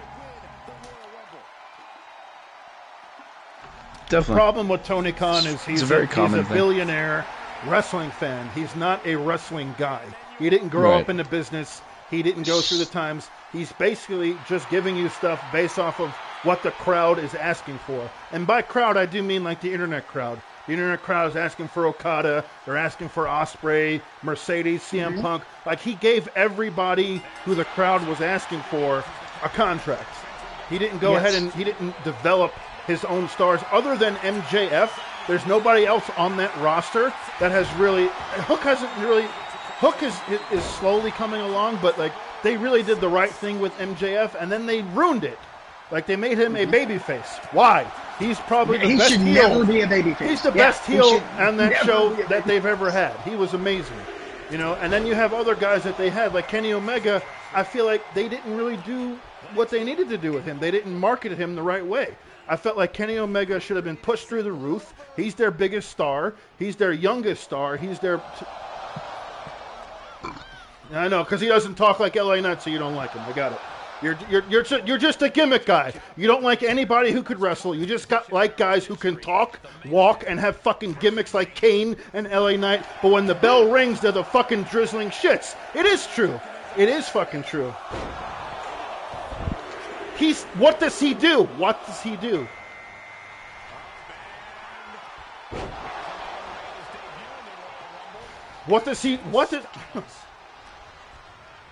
I'm talking about hurting anyone. I'm not going to pay. I'm not going to pay ticket. He did. He just wrestled AJ Styles on WrestleMania. That match is forgettable. I'm not going to remember that match in a couple of years because it's fucking LA Knight. What do you mean? They had a big draw. They had a fucking 2-month build-up to that match. What are you talking about? I don't care what the crowd fucking says. I don't give a shit. Because they're sheep and they follow along with funny fucking catchphrases. He got a catchphrase over. He didn't get himself over in the ring. What other catchphrase does he have?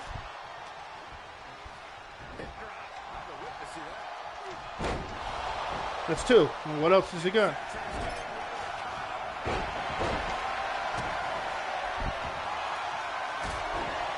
His match at Crown Jewel.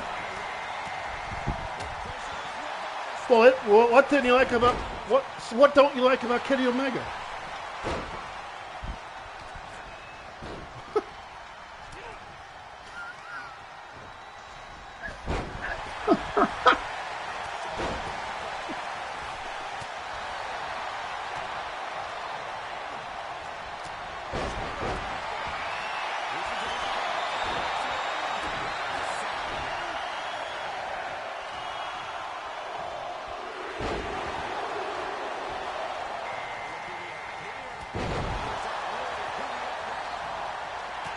So, I'm sorry.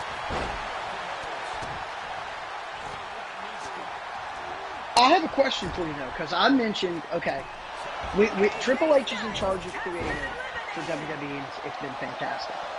Chris Jericho has reinvented himself for 30 years and become a different person every time and knows the business and has been around Heyman and has been around Vince and has been around Bischoff and wrote some of the best WCW segments on the planet. That's why I picked him on Mount Rushmore for heels. Why do you feel that if Tony would give him the book and let him look at someone and say, okay, this is what we're going to do, why do you, because when I said Jericho, you instantly started screaming, no, no, no.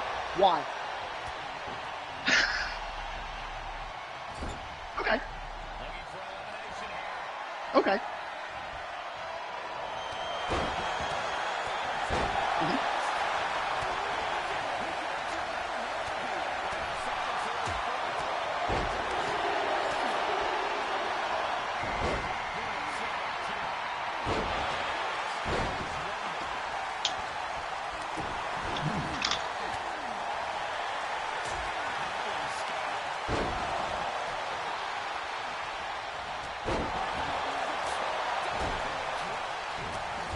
Okay.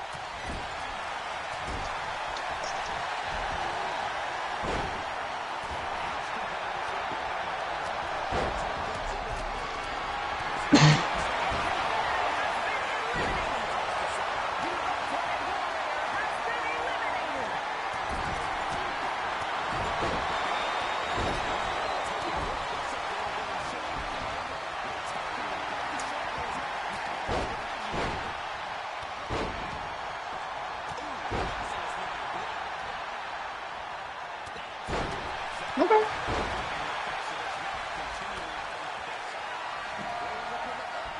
Yeah.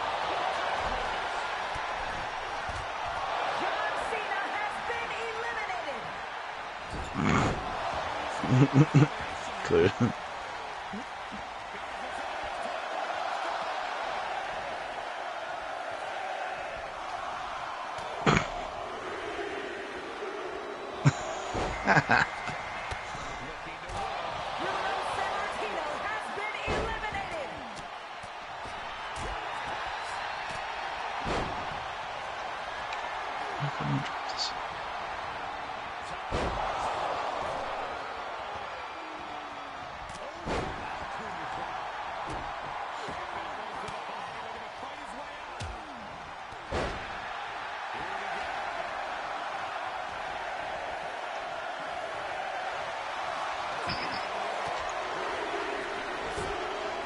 Looks like a plumber.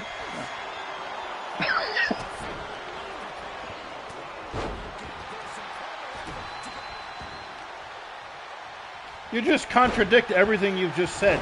You said you want your guys to wrestle. They're $1 million wrestlers. You want them to go to a gym, and now you want ugly people. Like, what exactly do you want? You want some ugly guys and some muscular guys. You just don't want skinny, small guys like... But Vader is also... The difference... Yeah, but Vader's 6'5", 400 pounds. Eddie Kingston's just like an average dude. He looks like a guy in a bar. He looks like a guy in a bar. He looks like the Puerto Rican guy at the bar that fucking works at the bodega. Like, I don't know. I don't like his look. I think his look is terrible.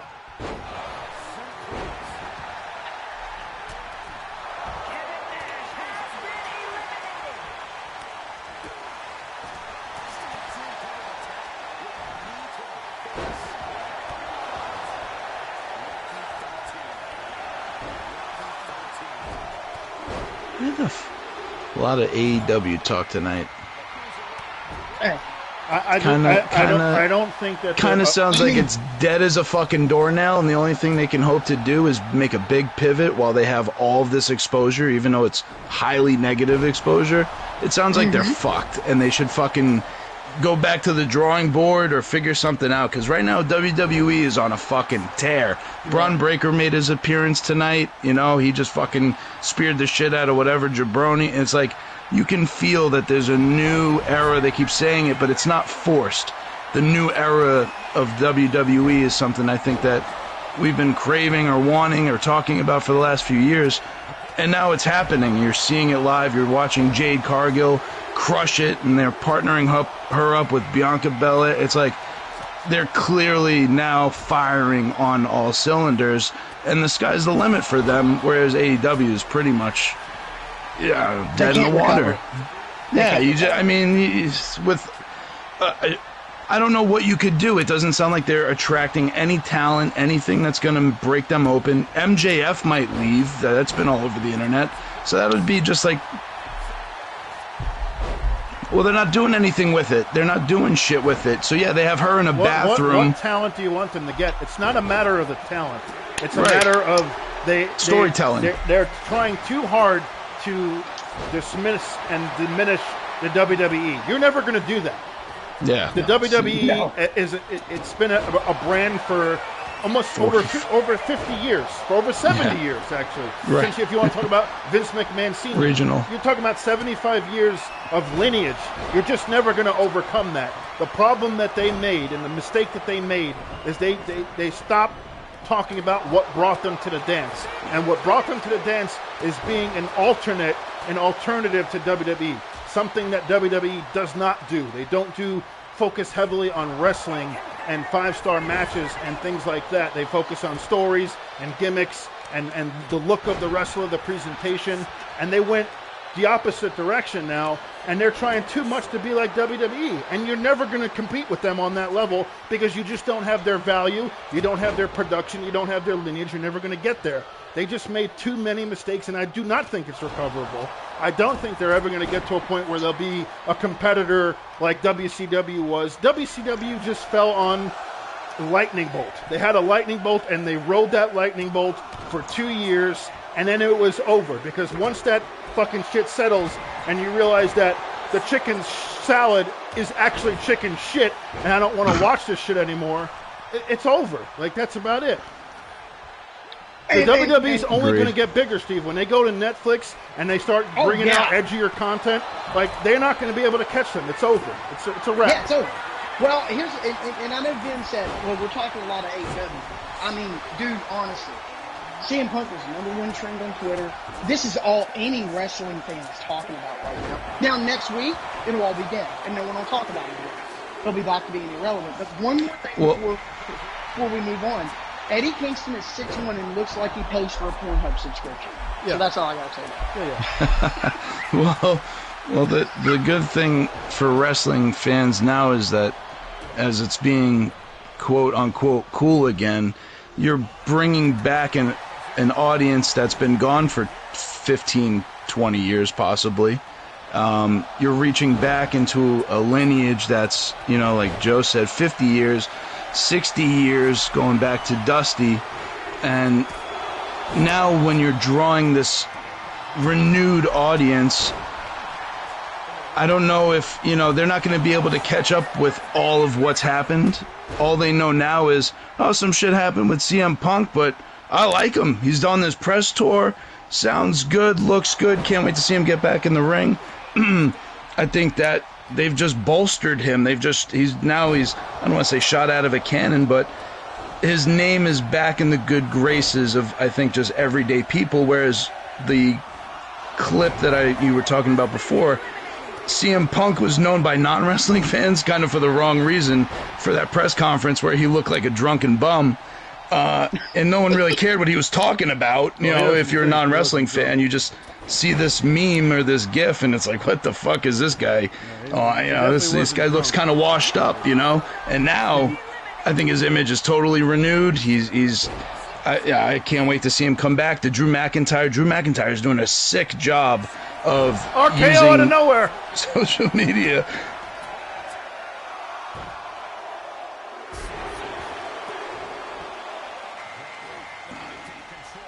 Right.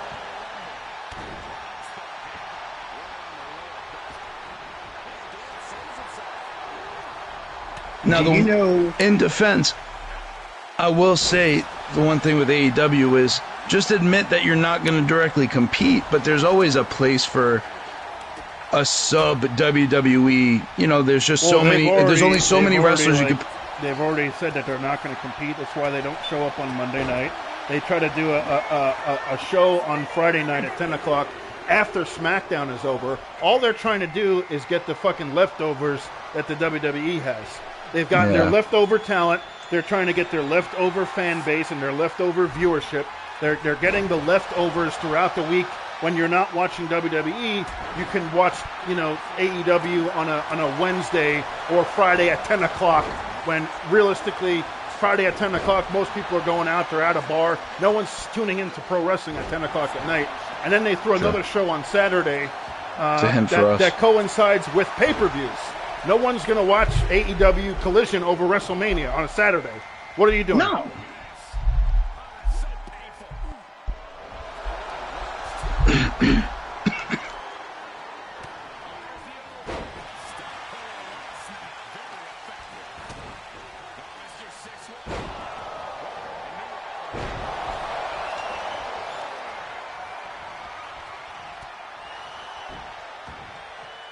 Mm-hmm.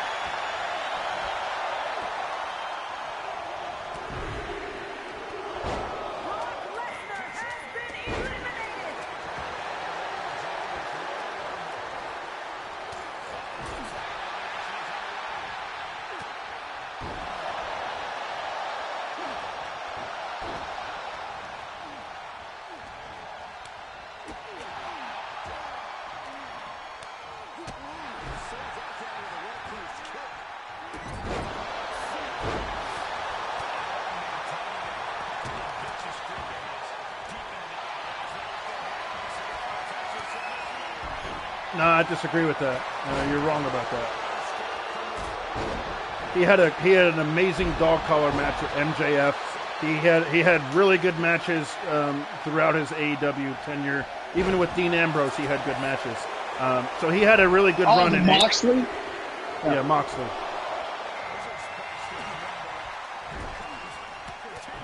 Yeah, but they were trending upward. Their merchandise was selling. The ratings were going up. They sold out the United Center, which is about 17,000 people. They were trending upward, and like I said, they made some big mistakes.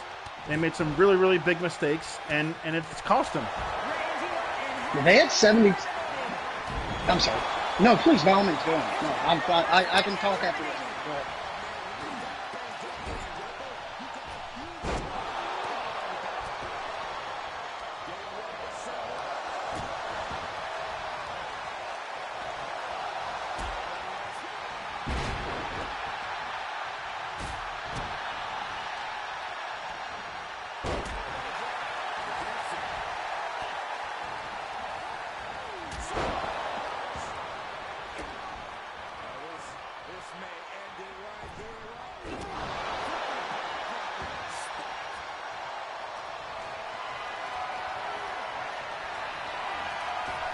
He hasn't gotten a chance with his luck. He's just started.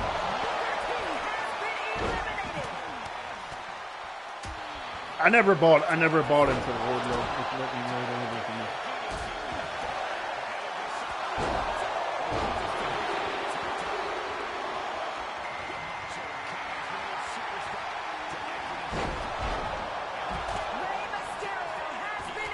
Right.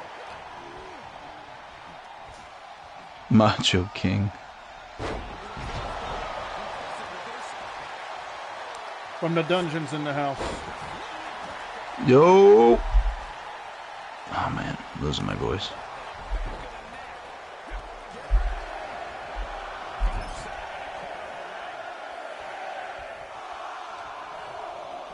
Steve, what do you want to see with Cody Rhodes' title run? What do you want to see? Cody is best at best. See, they don't have a stable that's like the bloodline. But Cody's at best when his back is against the wall, when everybody's just like really for him. And I want to see him put on really good matches with like the AJ, like we talked about AJ. I think. Oh, look who's here! Peter Griffin is joining the stream. Hey, buddy. What? Two Peter Griffins. Rob, you're what? up real late tonight. What brings you up this late? I always think about Rob all the time because the area that I live in, I literally live like right near where Sergeant Slaughter's daughter's restaurant is. And, oh, shit. And so we see him in Kroger. We'll see him in Kroger here. You see Sergeant Slaughter in Kroger's? All the time. Yeah, all the time. I see Kroger. I see him in Kroger all. Yeah, he's in Kroger all the time. I'm like.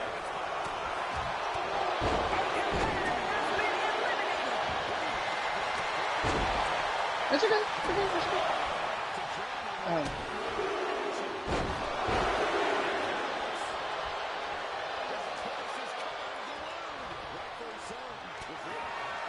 John Moxley is more of a hard part. Okay.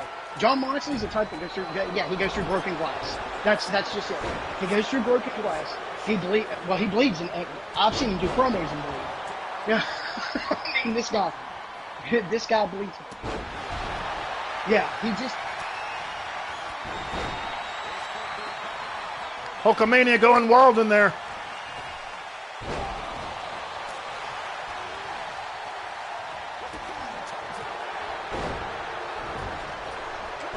Yeah.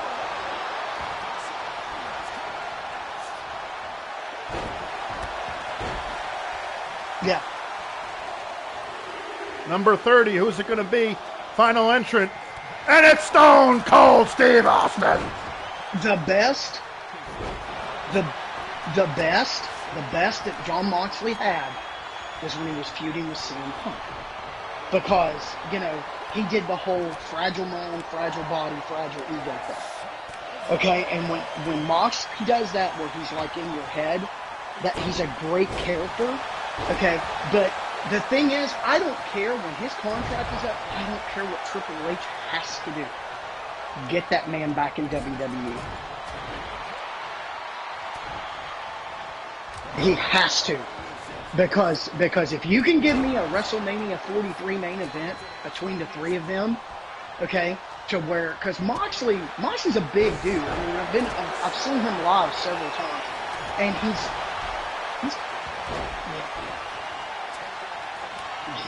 he's fun, okay, and he is fun on the mic, okay, But I think, I don't know, Joe, maybe because you do trash a lot of people to me. I never liked Dean Ambrose or John Moxley. I'm a big Seth guy. And I don't think Joe is. I'm a huge Seth guy. I think Seth is talented. Seth is. I don't dislike Seth Rollins. I think he's good. I just don't like hearing him talk. His voice is obnoxious. Yeah.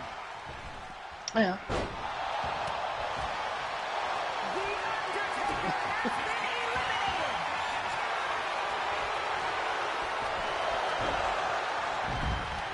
Well, we're getting down to the nitty-gritty here. Hulk Hogan just dumped out RVD, and Stone Cold eliminates The Undertaker.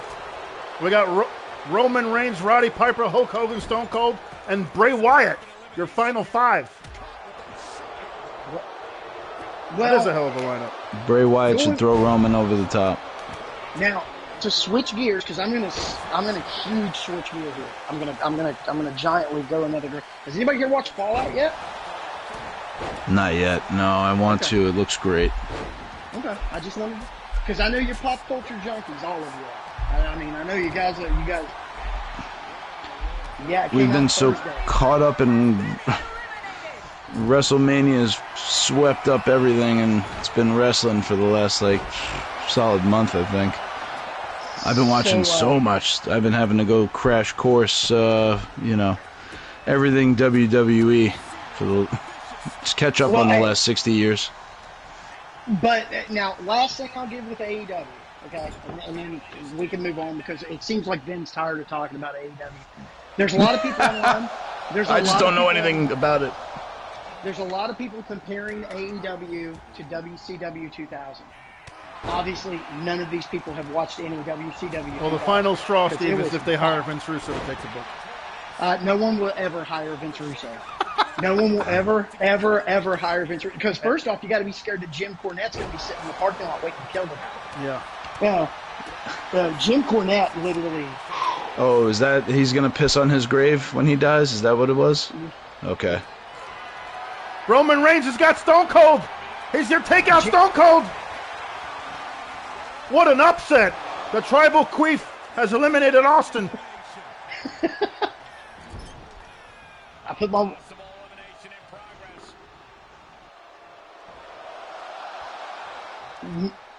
There's a lot of AEW guys, Steve. Do you foresee Jericho coming back at any point to WWE? Absolutely.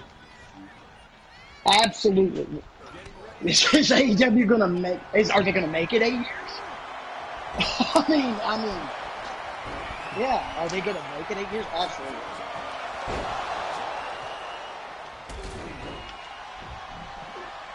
Not if you don't have a TV deal. Not if you don't have a TV deal. Not if you don't have a TV deal. Their TV deal is up at the end of 2024. They were supposed to go into this huge contract negotiations, and now it's been dead silent. And I'm telling you. And TNA is putting on a show in my garage. Yeah, actually, I have to go out here and I have to turn the hose on, get TNA off my lawn.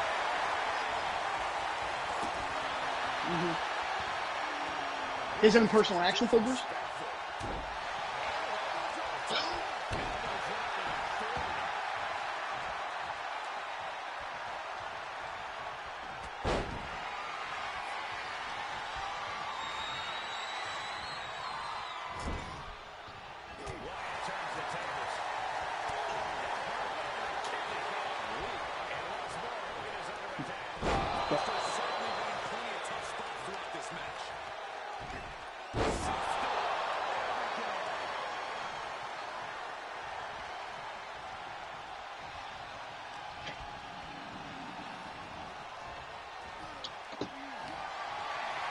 The Hulkster picks up Roman Reigns, and he dumps him out. Hulk Hogan versus Bray Wyatt. Wow. No. Here's the thing, though. Tony, Shaw's the billionaire. Shaw gave him his inheritance so he could watch him spend his money and enjoy it at the end of it. And Tony has been a wrestling fan since he was a little kid. And while it would be awesome to own a company like this, you know, like for example, I work for a company called the Himmler Press. You know, they make books. Okay, you know, we you know, I couldn't deal with the authors. I couldn't book the shows. I couldn't do any. I realized that I'm just not built for that. You know, and Tony needs to realize that while it's cool to, because the best wrestler in the world right now, and there's going to be a lot of people. Hulkamania wins. Will Ospreay is the best wrestler in the world. He has him on his roster. I don't know about that. Kenny Omega is absolutely brilliantly talented. Okay, has him on his roster. Okay. Best easily, Will Ospreay is the best technician on the planet right now. Period. I mean, there's no. If Joe wants to deny that, he can. If he wants to go heel on me, he can. If he wants to cut a push. No.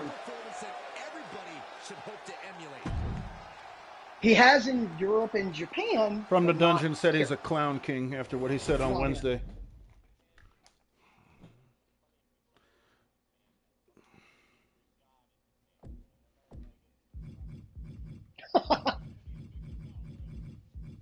Yeah.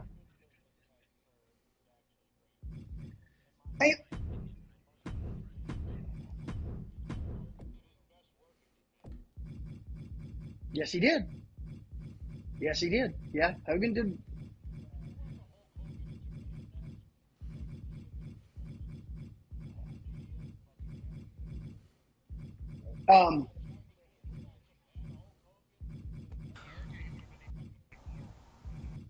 You could say that, but Americans are simple, man. We're simple, stupid animals, and we want to see big slams and fucking, you know, big. Yeah, you know. I get, like, it's another. You say technician, and I can only think of one person. And it's like, does everybody love Bret Hart's, you know, style? Is Bret Hart's style always over? Let's just say, is his style the thing that made him, or was it the look and the style? Because he had the look.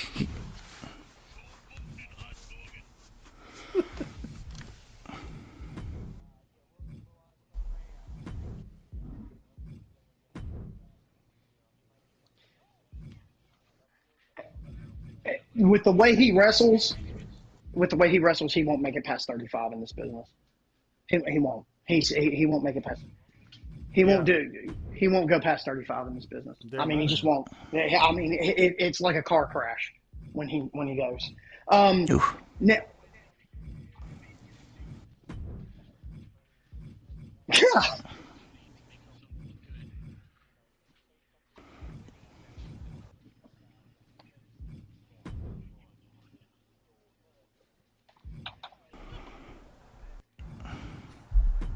How's that go again?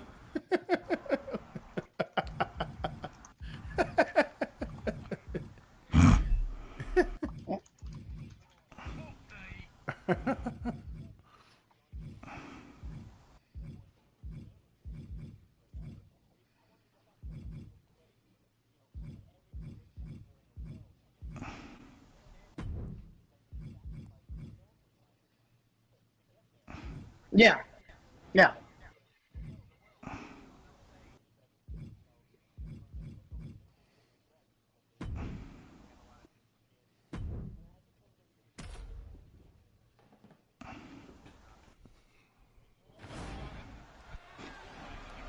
The following contest is the Royal Rumble match.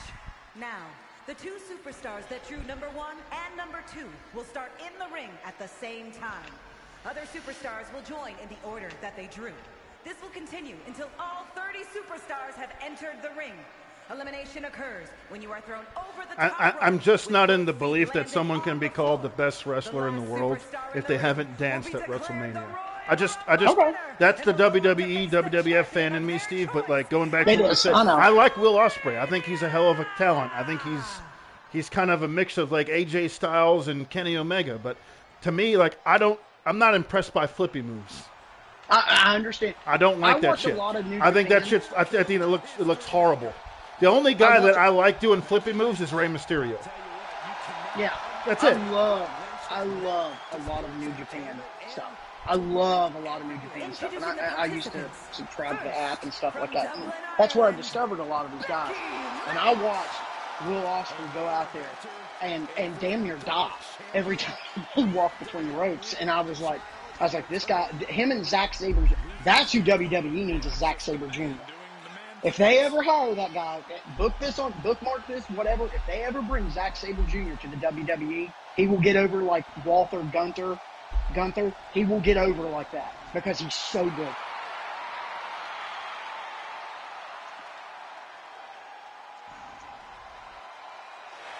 Submission specialist, an amazing in-ring IQ, and one of the best brawlers in the women's division. Becky Lynch can win in so many different ways. Let's see how the man does it tonight.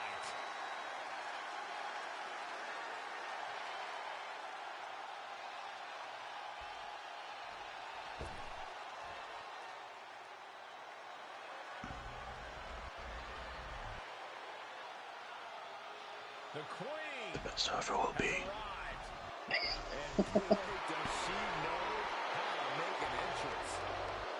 Introducing the individual who drew number 2 from the Queen City. It's got to be Kane. You're never going to, but again, you know, and I think the thing to take away from all this, and I think we're all in agreement, you're never going to dethrone these people. You're never going to be on their level. You're never even going to be half at their level. The AEW, TNA, none of these companies, New Japan, I can't remember who's down in Mexico. I cannot remember what the name of that company is. You're never going to be there. You're going to make stars. You're going to make yeah. You're never going to be there. And when you make a star, okay, Cody left, became the biggest thing in Ring of Honor in New Japan, okay, AEW, you know, he was a face on that company. Okay, he helped create it. And then WWE come knocking, what'd he do? And the Bucks and Kenny, and they're friends, best friends. And he's like, dude, I'm gone. I'm going back home. You know, I mean, that's just how it works. You're just not going to have that. It's just not going to happen. It's just never going to happen. Mm-hmm. The UFL will never be the NFL. Nope. And she shows why she's the most ruthless and dominant woman in sports entertainment history. Always guaranteed to have a vicious plan of attack. Most are playing checkers, while the Queen is a grand master at chess. Mm-hmm. We start with 2 competitors in the ring and new superstars join the fight. Regular rounds. The fun is seeing these superstars get eliminated one by one, tossed over the top rope and landing on the arena floor. Finds the advantage after a string of counts. Yeah.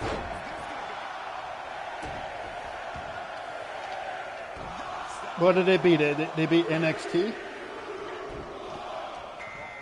But that's not like beating WWE. You're beating their farm system. You're beating their little league team.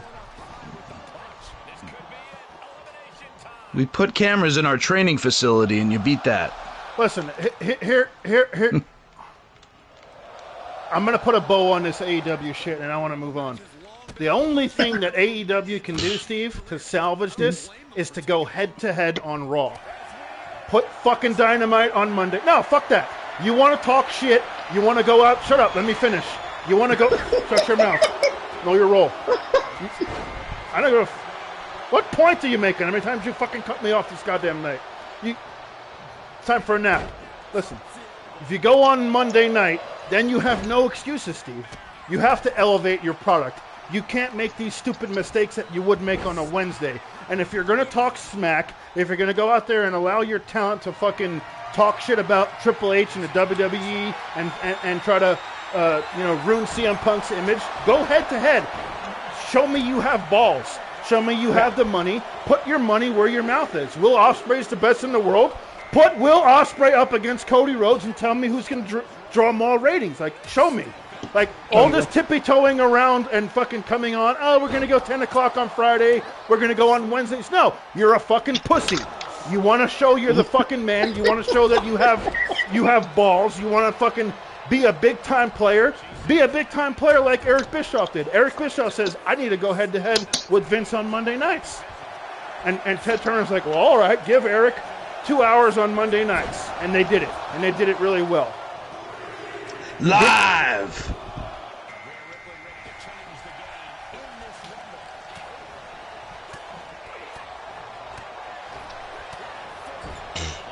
Right now, roll.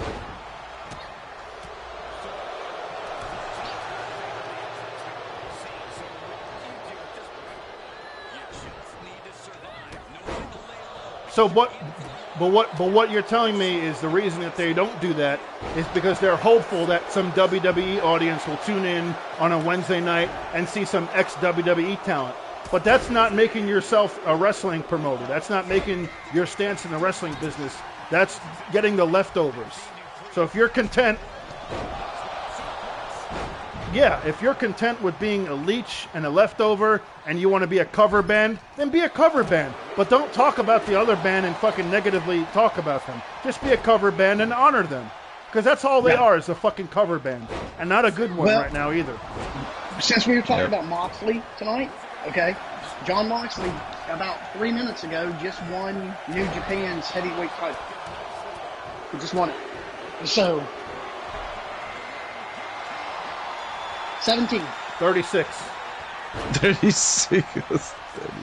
I don't even know shit. They got more belts than the UFC does. 17. There are 17.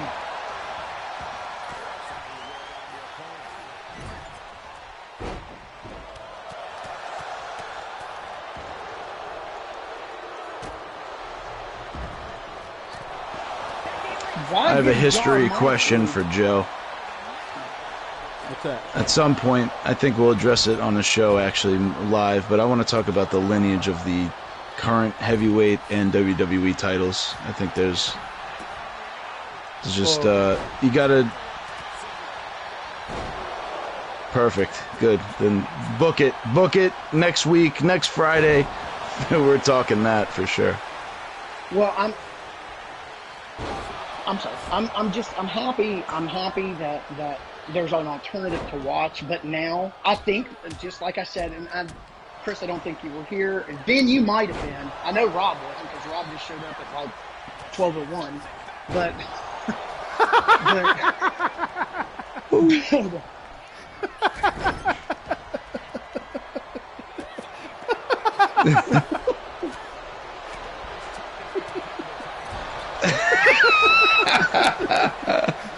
the hard time, Daddy. There was a great thing to have an alternative because, they were pushing Roman Reigns down our throats face. The stuff wasn't that good, and we had an alternative. Now WWE is back. They're great. They're in a renaissance period. It's like Disney with The Little Mermaid and The Lion King. They're back. Okay? Now everybody's like, I don't need them. Because, the king is back on his throne. We don't need him now. Yeah, we don't need him now. And that's the problem. We don't need you now. And Cody was part of the alternative. But do you not agree with what I said about Monday night, Steve? Do you not think that they would ever have the balls to do that? Okay. If they would do that, if they would do that and go on Monday, it's suicide. It's the stupidest thing. They would literally, I don't think they'd pop 300,000. I don't think they'd pop 300,000. I don't think they'd even get 300,000. Yeah.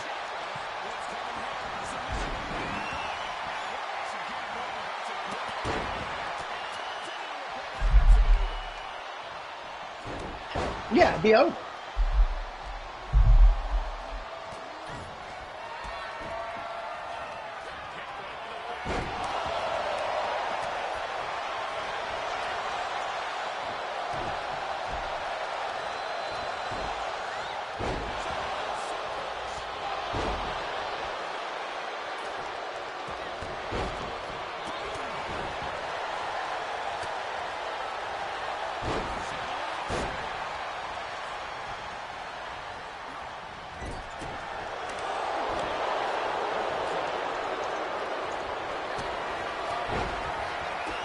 Hold on, Hells is saying that they can't hear us. Hells, did you hear Chris talking just now? Or can you hear me talking? Hold on, Hells is saying that Well, I can hear. I hear you on the stream. So, does everybody else have? Do you have allow turned on, Chris, on your settings? I hear you on the stream. So. You might. I hear me on the stream. If you could backtrack, Chris has not been. Chris has been a major factor throughout this whole thing. I've been talking this whole time. I just turned it to allow. Maybe he can heir me now. It's literally like episode 1 of the podcast. You can hear everybody but me. I was on a different microphone. It all comes full circle. Rob, my audio is always suppressed. Rob, just you gotta go and hit allow. Hey, Chris, I want to thank you I did. I think for all of the amazing points you made that we'll never hear again. Yeah, that's. I said Chris's opinion that's my got curse. Muted. That's my curse. For tuning in. I have the curse that I'm always right, but nobody will ever hear it. What the fuck? Joe's just trashing Chris. Chris has no defense. It's just Joe screaming at Chris, and literally Chris is getting nothing in. That's amazing. Well, it's good, because now if AEW ever wants to hire me, they won't hear all the bad things I said about them. So. Yeah. Oh, my God, that's so good. That's so good. He's sitting there, and he brings up all these really good points. I'm answering them, you know. Joe's answering, and everybody in the screen is like, what the fuck is going on? Who the hell are they talking to? A bunch of nut jobs? What's going on Just here? another day in the life for the Break Room Podcast. Let's go back to last hour. What? Yeah, let's just repeat the whole conversation. All right, so AEW, Tony Khan. Joe asked a great question, and I don't know if we got the full answer. Steve was in the middle of answering about the Monday Night War question.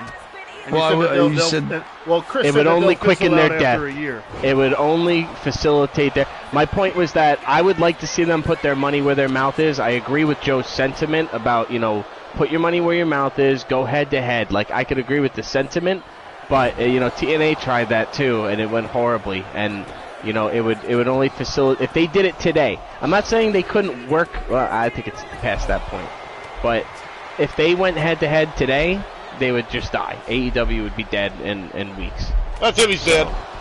I don't think they would need a special draw, one of these like big signings with a big name. There's nobody left. There's no one left, right? They're all leaving there. They're all jumping ship. But I'm Tony Khan needs to stop fucking tweeting. That would fix a lot of their problems. Give the book Stop away. making yourself look before. like a fucking little kid. Stop making yourselves look Bush League. Fucking take the high road. You have the opportunity to respond in ways that people will laugh at what you say, but instead they're laughing at you and the display that you're putting on. Right. Fucking, conduct yourselves in a way where when you respond to a little barb or jab from Triple H, people are like, oh yeah, you really got him. Not, right, you bloody banging, you bloody don't. Talking like it's 1999 or 2002. But it wasn't even like a, oh, I can't believe he said. You look at Renee Paquette, fucking, or whatever hell her name used to be, fucking Renee Young or whatever. Yeah. She looks embarrassed to be there because did you see Tony Schiavone's face when they aired the footage? He was Punk hiding his face. Yeah. I read just before I got in the party actually that apparently they're saying he was meant to look that way, that that's part of the story or something. What? I don't know.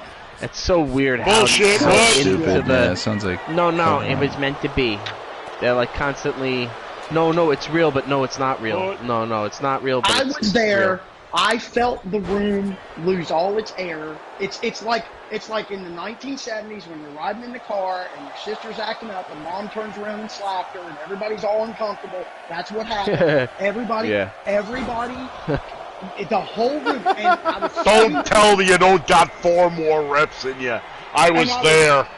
I was always sitting, I was sitting behind my daughter when Earl Grey come out there and made the remark about the boss's daughter, and I heard the cringe. You could feel the room cringe. My little girl went, ooh.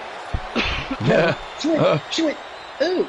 But like I said, and I don't know, Rob might appreciate this, Dustin fought Samoa Joe in the main event. And I was telling them about this earlier. Gold Dustin. And he gets knocked out of the ring and lands right in front of my daughter. And my daughter leans over the railing. She's a little 15-year-old. She just turned 16. She leans over the railing and goes, we have finished the story at home. And I was like, that's so good. That's perfect. We have finished finish the story. Why are you guys trying to emulate them in any way? Well, that's the other thing. It's like they're trying to capitalize on Cody's big moment on Sunday by putting his brother in a main event for a world title match.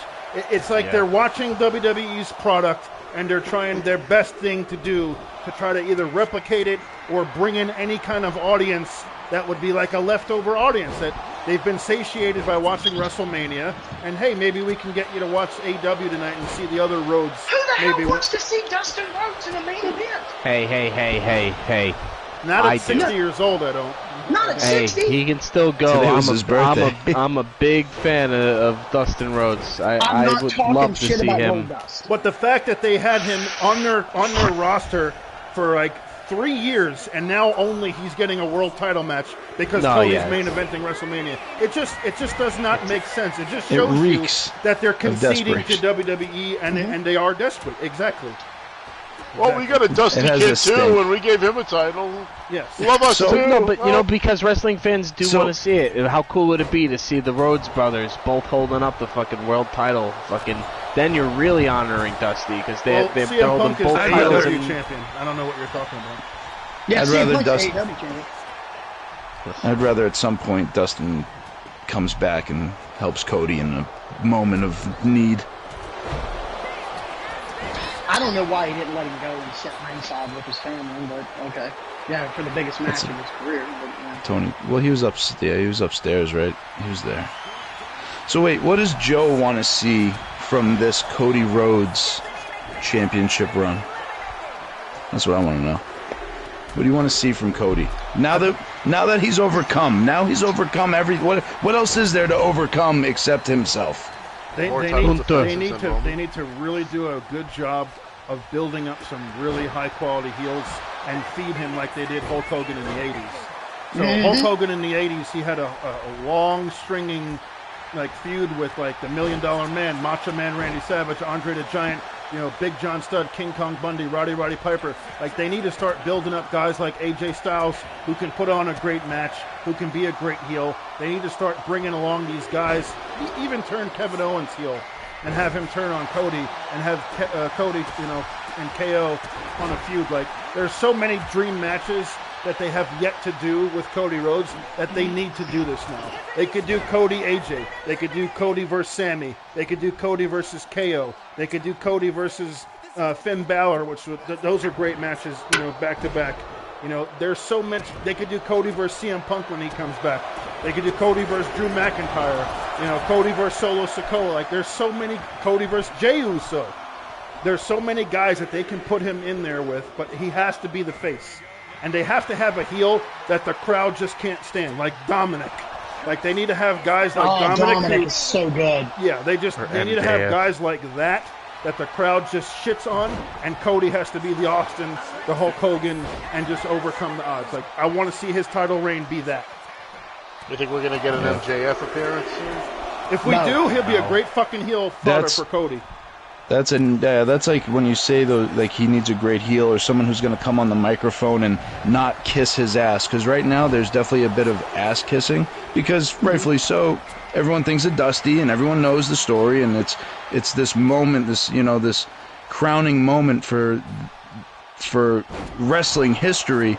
But eventually that's only going to work so long for the crowd, and you need somebody to come in and just shatter this whole pomp and all of this ass kissing. I think it's definitely something that people are going to crave. That the crowd are going to boo.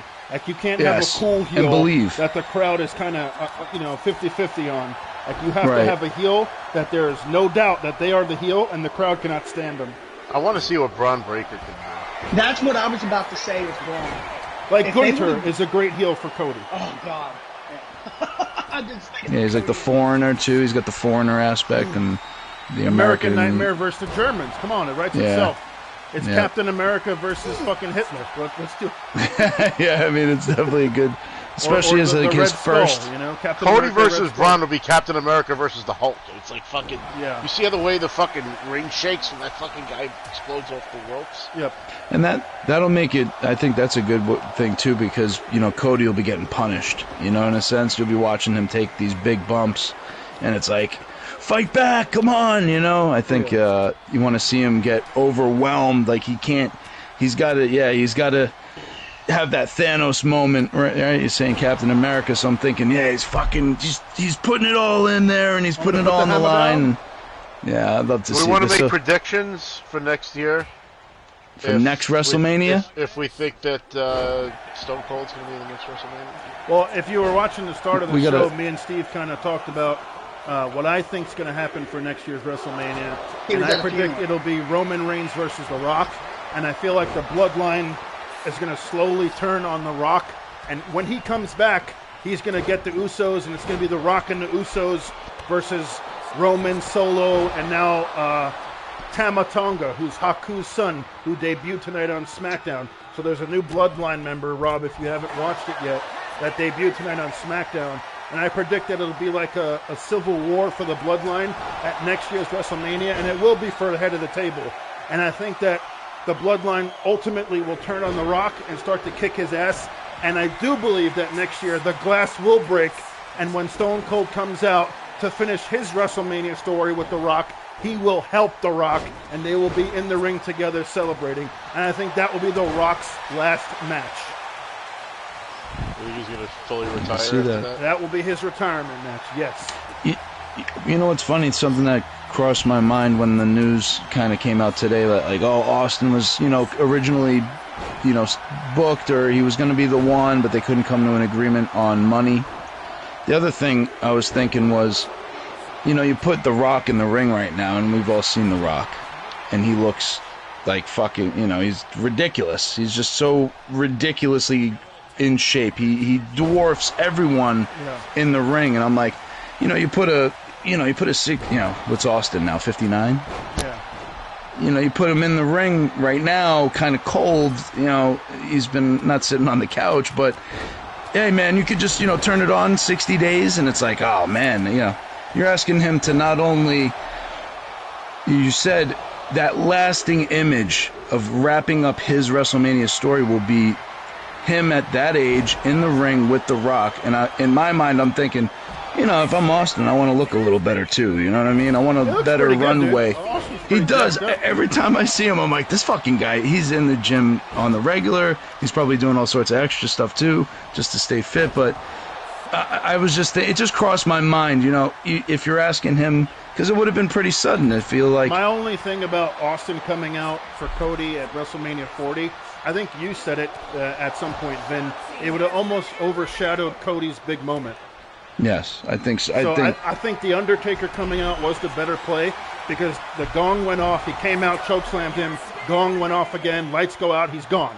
And that's it. Now you have Cody and Roman in the ring. If Austin was still out there, he'd have to throw out some beers, he'd have to celebrate, and it's almost like he's taking that moment away from Cody. So in hindsight, I think that was the better play.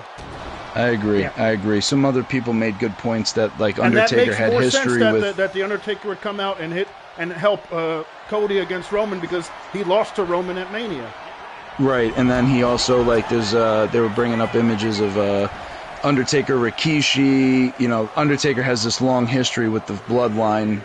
So it all kind of worked out, I think, better in a sense. Even though the pop with the glass would have been incredible, sometimes, just like with Cody's win, even though it's going to happen and you want it really bad, waiting just that, one more year, we'll be there quicker than we really think. They're playing the long game. It would be amazing. It would just really take the lid off the place, especially if it didn't directly have to do with Cody. Maybe just, like you said, more about the bloodline and helping out The Rock. I think that would be very, very cool.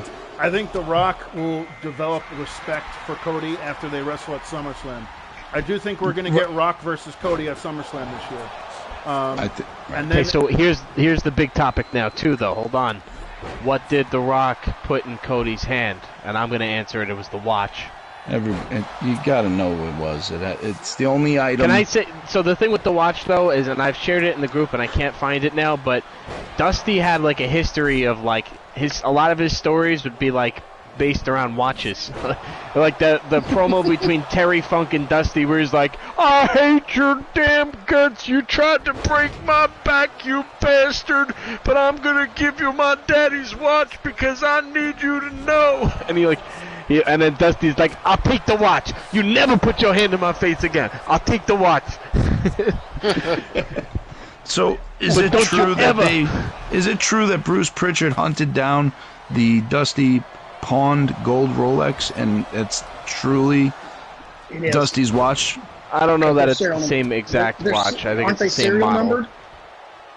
I thought they were. Rolexes definitely are 100%. There would definitely be a certificate. Exactly. I think it's the same watch.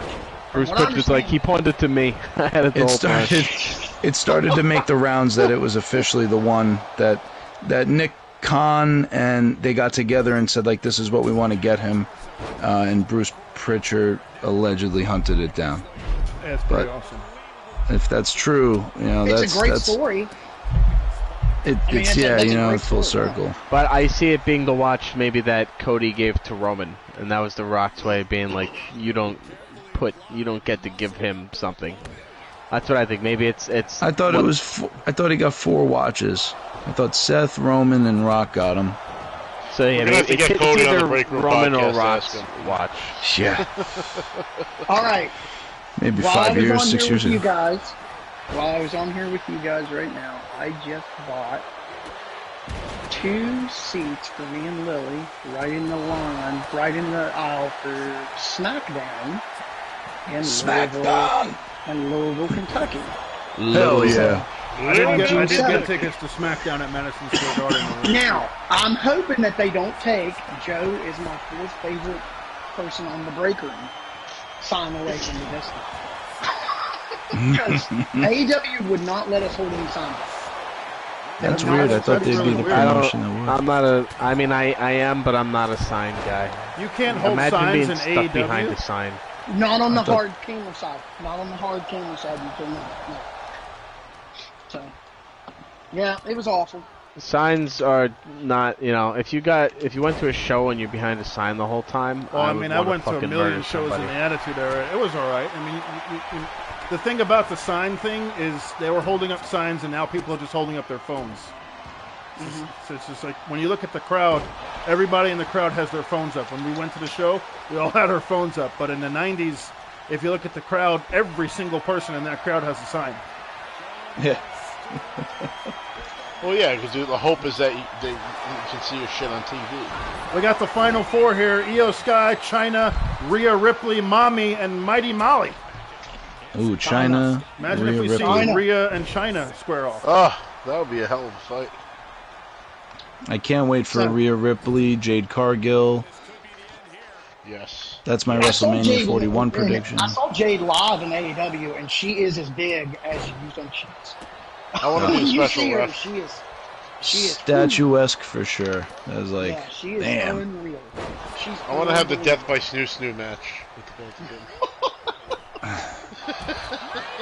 And we're down to 3. Definitely statuesque. Now, here's the thing. Where I live in a place, that they filmed Wrong Turn, we don't get Monday Night Raws and SmackDowns here. Our arenas are too small. Literally, the last time we had a Raw here was June 2nd of 97. And I went to that, and Owen Hart was still alive. Wait, and I saw Owen Hart.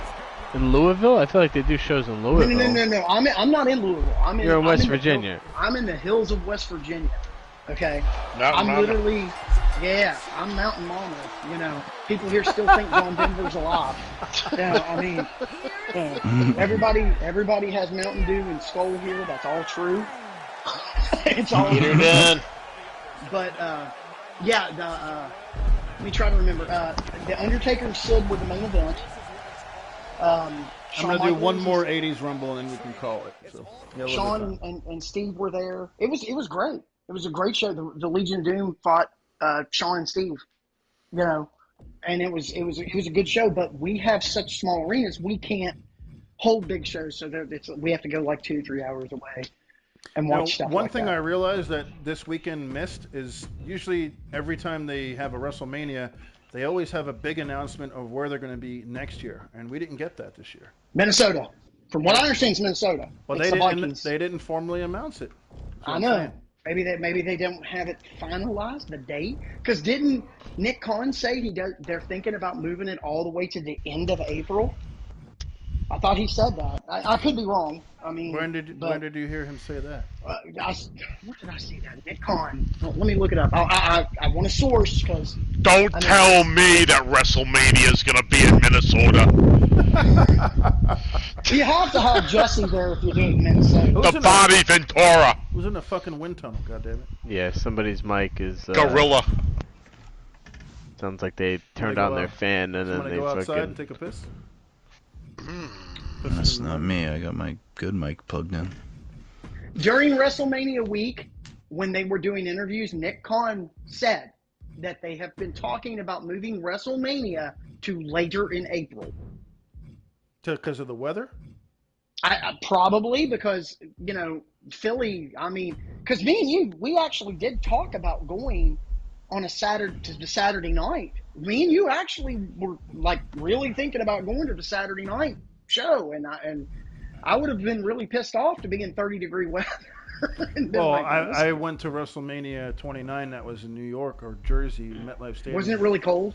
It wasn't. It was like 60 degrees. It wasn't terrible. I wasn't freezing, but it was, it was what it was. They just got a bad weather, and we're starting to get a little warmer now on the East Coast, but it's just one of those days, Yeah. No, it just. Well, here in this, I never know what the weather's going to be like here. It's 21 day and 90 the next. It's insane.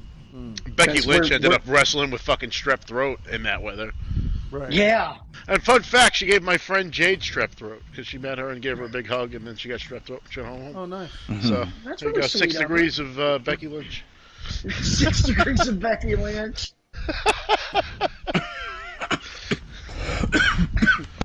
Damn. So, I want to thank you guys for having me on here. Oh, dude, because it's I know a long you're doing time one coming. more. But I do appreciate you guys having me on here. We'll have on an actual next time thing, we'll 'cause have- this was a half-assed. This isn't a real. I'm Been sorry sick. I'm late. I've been Piece under of the shit. weather. My fucking tooth is fucked up. I don't know what's wrong with it. Said he's I'm just not. It's fine. It's still, I know it's your guys, it's your guys' show, and while I appreciate it, and if I do any book signings up that way, if I go up that way, because I've been doing stuff all around. I just did a big thing at Marshall University 2 weeks ago. I've got the West Virginia Book Festival in October.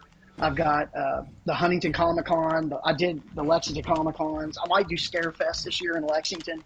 So if I ever get closer to you guys, I would love to meet up and do some, because 304 Monsters has done very, very well for me. So I would love to mess with you guys in that aspect. So Hell yeah. But I want this. It pisses me off because I tell everyone about this podcast. I'm like, dude, it's like the biggest secret out there. I was like, and then their eyes glaze over and they're just like, I don't give a shit. Or there's somebody that has similar to your name and someone's listening to it. Well, this isn't worth a shit at all. We have been stolen a few times by motherfuckers. Have you really? Well, yeah, there's someone out there who's like an AEW version of us. Yeah, they definitely they fucking created the channel like over a year of us into us doing this, and they bought 500,000 subscribers. And I say bought. They have 500,000 because subscribers. We don't even have we have like 4,500 right now. No, I'm saying but they have 500,000. Something like that. No, yeah, I think they had 50. No, I'm pretty sure it's 500,000. I'm pretty sure I remember. It was like a ridiculous amount where it's like. You can't buy 500,000 fucking. Sure you can. The fucking amount of bots. Well, the only reason I don't think that's true is because the views on those videos are so poor that with that kind of, if you had that many subscribers, but they didn't get the viewer. They don't get the viewership. I don't even know if they're still doing it. And I'm just saying, like, you don't just get 500,000 subscribers a month into having a YouTube channel. Like this. I've seen a bunch of shows. I've watched a bunch of competitors, whatever, looking for things that inspiration. And no one's putting on what we're putting on. Sorry. No. Speaking of watching shows, I wanted to mention I finally finished my rewatch through of the original X-Men series and started X-Men 97 the other night and ended up binging all 5 episodes. And let me tell you, you gotta watch it. I need to watch this. Yeah, no. I'm not gonna give any spoilers because I'm not a piece of shit, but you gotta fucking watch that show. Oh my god. Now I'm a comic book junkie. I started collecting in 1978.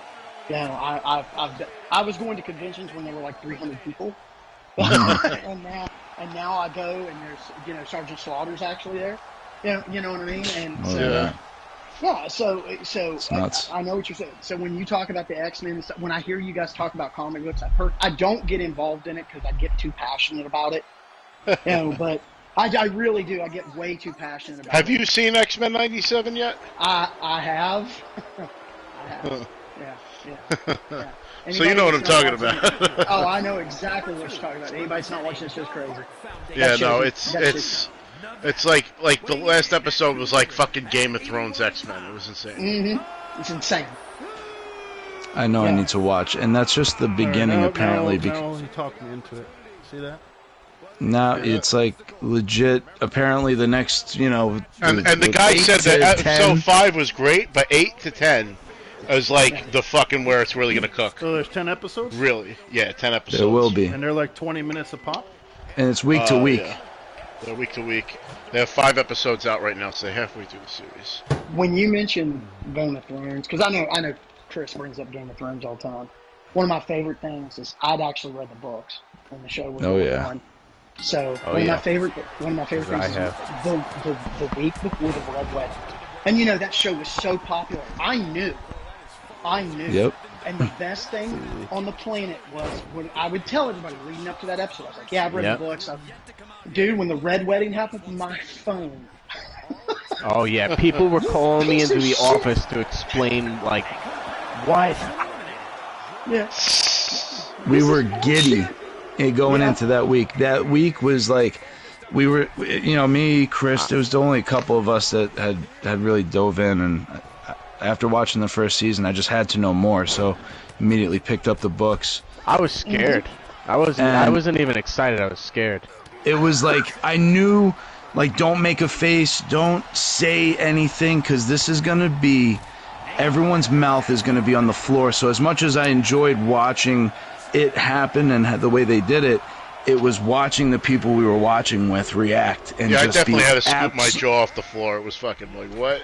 Totally stunned. Everyone was just absolutely floored by that moment. And it was so visceral, and the way that they even let Catelyn's neck bleed out and fall to the floor. The scream.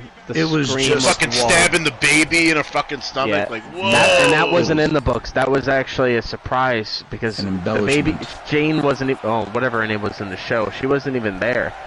She was at River Run because Rob actually left her back, because they convinced her. And so in the show, meanwhile, she just gets repetitively stabbed in the pregnant stomach, and it's like, oh my god, like that was a new visceral reaction. Like, what the fuck? Atrocious thing that even people who knew about the Red Wedding weren't expecting, I guess. Yeah, that shit was hard to watch, and honestly, they executed pretty closely to what the books were like, with some small changes. You know what's really exciting? We're going to get to do this again when Last of Us Season 2 comes out. And I'm not going to say anything on the... Oh my god, yes. That's going to get... If you know, you know, and it's going to be beautiful. That's going to get a different... I don't know how... That's going to get one of those reactions that, like, if you don't, I don't know how... I think it's going to be one of those backlashes, and it's going to be a re-backlash of what already happened if you were playing the games when it released. It was like, are you fucking kidding me? People didn't love that, and I'm like... My mother watches this stuff. Let me declare this. I'll declare this right here. Mm-hmm. The kickoff to this next season of House of the Dragon is going to be talked about. Yes. I think it is going to be... I don't want to compare it to a specific event, but in terms of shockingness, it's going to kick off with a... Shockingness is not a word.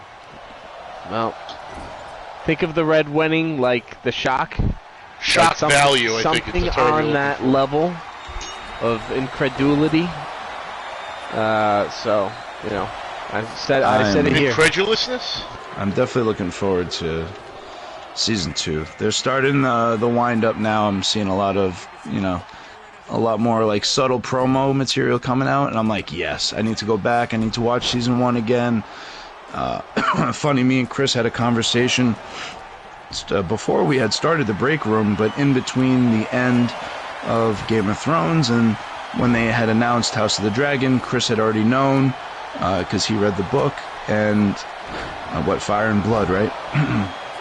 Well, it was part of they were like stories within compilation books with other writers. It'd be like George R. R. Martin did one chapter in like a compilation book, an anthology of other, you know, fiction writers that got together to, you know, write chapters, and they had it was the Rogue Prince. That's the only way they finished the book.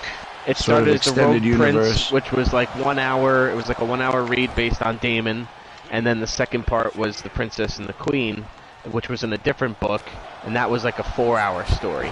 Well, and so that's the way that the show kind of lines up too. Is it really is quick? Like it's slowing down now. You know, there was a lot of jumping around in time. I blame George R. R. Martin for why I haven't read those books, because I'm not going to start a book series that's not going to get finished. Yeah. And my point before was that me and Chris had this conversation before House of the Dragon came out, and it was in this big lull of Game of Thrones, where Game of Thrones just had this bad taste in everybody's mouth. No one wanted to talk about it because it would just bring up the finale. And Chris's prediction back then was House of the Dragon will renew you know, Game of Thrones in the eyes of you know, fans. It will help rejuvenate and bring back people who enjoyed that universe, because there is so much to enjoy, and being hung up on the finale of Game of Thrones as poorly as it was executed, in my opinion, House of the Dragon did a really good job of capturing some of, at least the universe, not all of the elements that Game of Thrones, the things that made Game of Thrones great, but I think it would be akin to like not giving the Mandalorian a shot because fucking Ray was sucked. You know what I mean? Definitely, it's very, very, very similar.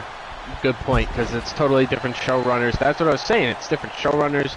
I will say though, I feel like it's not doing that yet because there's been so much time between the first season. It's been over a year now, right? I mean, it feels like we it's went been through a while. another writer's strike. You know, it just there's been more complications. I feel like it kind of fell out of people's minds, but you know, again, this next season is going to, I think, bring people back who want that feeling of Game of Thrones and maybe don't feel like they've quite gotten it yet, and all the people who refuse to watch the first season of House of the Dragon are gonna come around and watch after this next season. It's gonna kick off with a really big bang. That's all I can say. I want to tell you more, but we'll talk about it after it happens for sure. Yeah. I'm looking forward to it. Now, you know, because I know we're doing this Rumble and then everybody's calling it a night. Rob, you talked about the X-Men. Are you the X-Men guy? Is that your favorite book? Is that your favorite comic book? Is that what you grew up with? No. My number one would have been Thor. Okay. Ooh. Classic Kirby Thor. You know, I didn't have a whole lot of comics as a little kid. And then when I was a teenager, I started getting more into reading comics, and I started getting like trade paperbacks and stuff. And I really enjoyed Thor's stories because I was a big He-Man fan as a kid, and because of my older brother, he was born in '78, I was born in '88, so like I had all his toys and stuff. And there really wasn't a whole lot of He-Man stuff around, and I always kind of looked at Thor like a very similar character, so that's what prompted me to start reading his comic.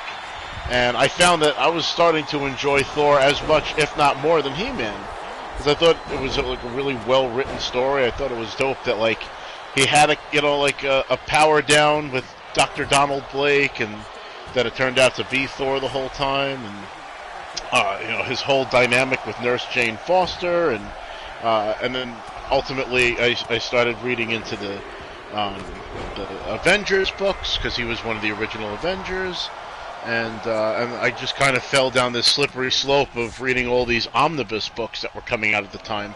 It was a great time to be able to collect comics because there were these large anthologies that would collect maybe 24 comics with no like colored pages, so they were affordable. And I read so many of the original stories of a lot of the favorite superheroes. You know, Ghost Rider. I had like the first like 3 volumes of his omnibus books.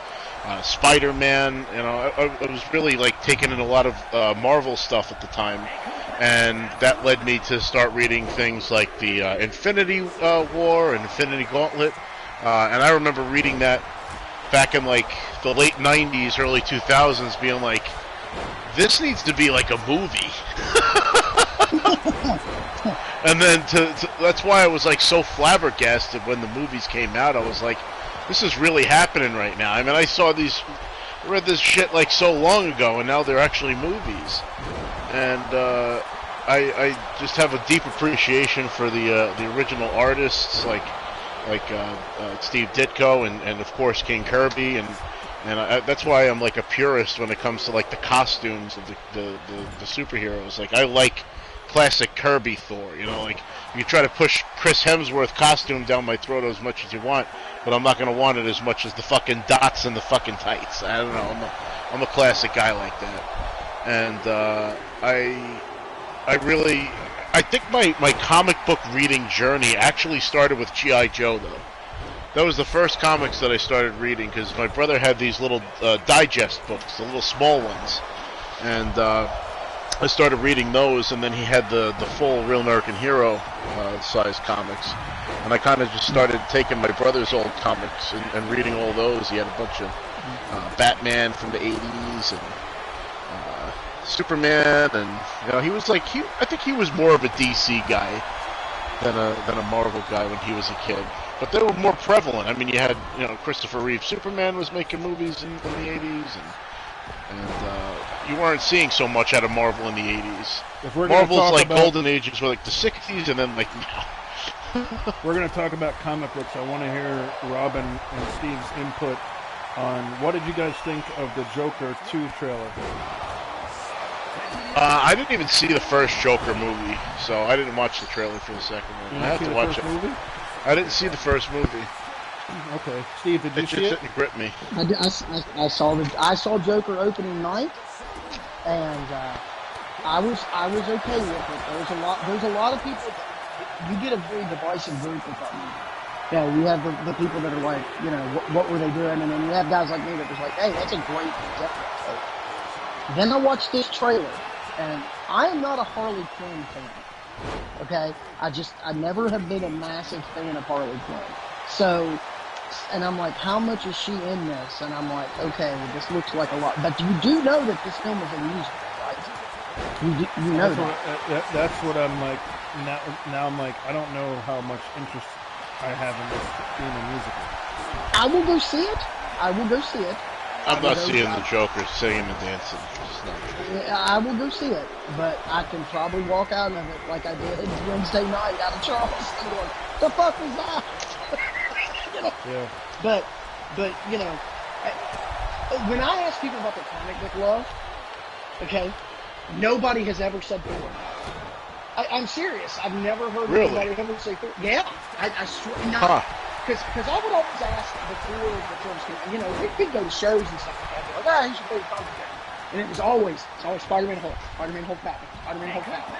My top two are Thor and The Thing from the Fantastic Four. Yeah, and to hear someone talk about, especially classic Thor, because there's so many people that are fans of like when Straczynski took over, things like that. But to hear someone talk about the dots and the stuff, that was really awesome. I've had a comics accurate fucking Full Metal Mjolnir longer than Chris Hemsworth has been cast as Thor. I love it. I love it. Well, see, in 78, I was home, because I was in kindergarten, okay? Gotcha. I was home with the stomach bug, and I told my dad to buy me comic books on the way home. Dad saw a guy in a red suit on the cover of comic books and brought me Daredevils. Because I'm on Spider-Man. And he brought me Daredevils. And I was a Daredevil fan from that point on. So I read all the Frank Miller before the show started. And I would always tell, like, even Joe, I was always like, you know, I love Daredevil. And he's like, why? and then the show hit, and everybody's like, "We're sorry, man. We get it now." Yeah. Oh yeah, I mean he's like blind Batman for fuck's sake. He's awesome. Yeah, he's blind Batman. Yeah. And what makes me like him even more is that his accident caused the Ninja Turtles. Yeah, exactly. Yeah. You know, a lot of people don't realize that the Ninja Turtles were a parody of Daredevil. Because it's the same accident where the kid goes blind. That's the ooze that goes down the drain. Yeah. And then instead of the hand, they fight the Foot Clan. Instead of Twig, they have Splinter. You know, Stick. I mean, Stick, and it's Splinter. And the parallels are there. Because they're such fun nuts. Now I know one. I want to say Chris said I'll be right back. Is Ben still here? I know Ben is still here. They're all dead. They all died? Okay. Well, it's 1:15. They're probably like, oh. We're going to wrap up here right after this Rumble's over. But Steve, I really appreciate you coming on. And like Rob said, we got to get you on the show via video. And if you are ever here in the vicinity, definitely get you into the studio, a.k.a.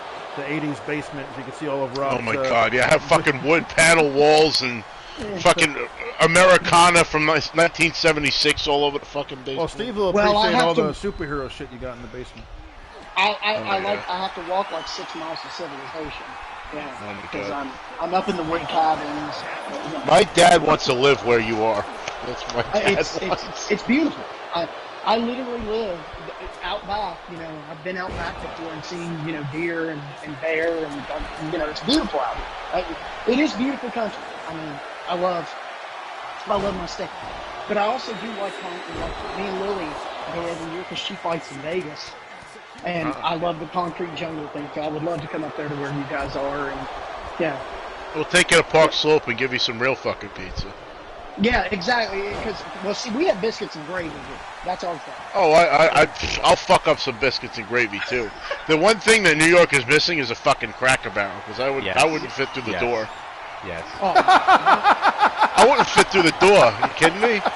I'd be drinking sawmill gravy like with my fucking coffee.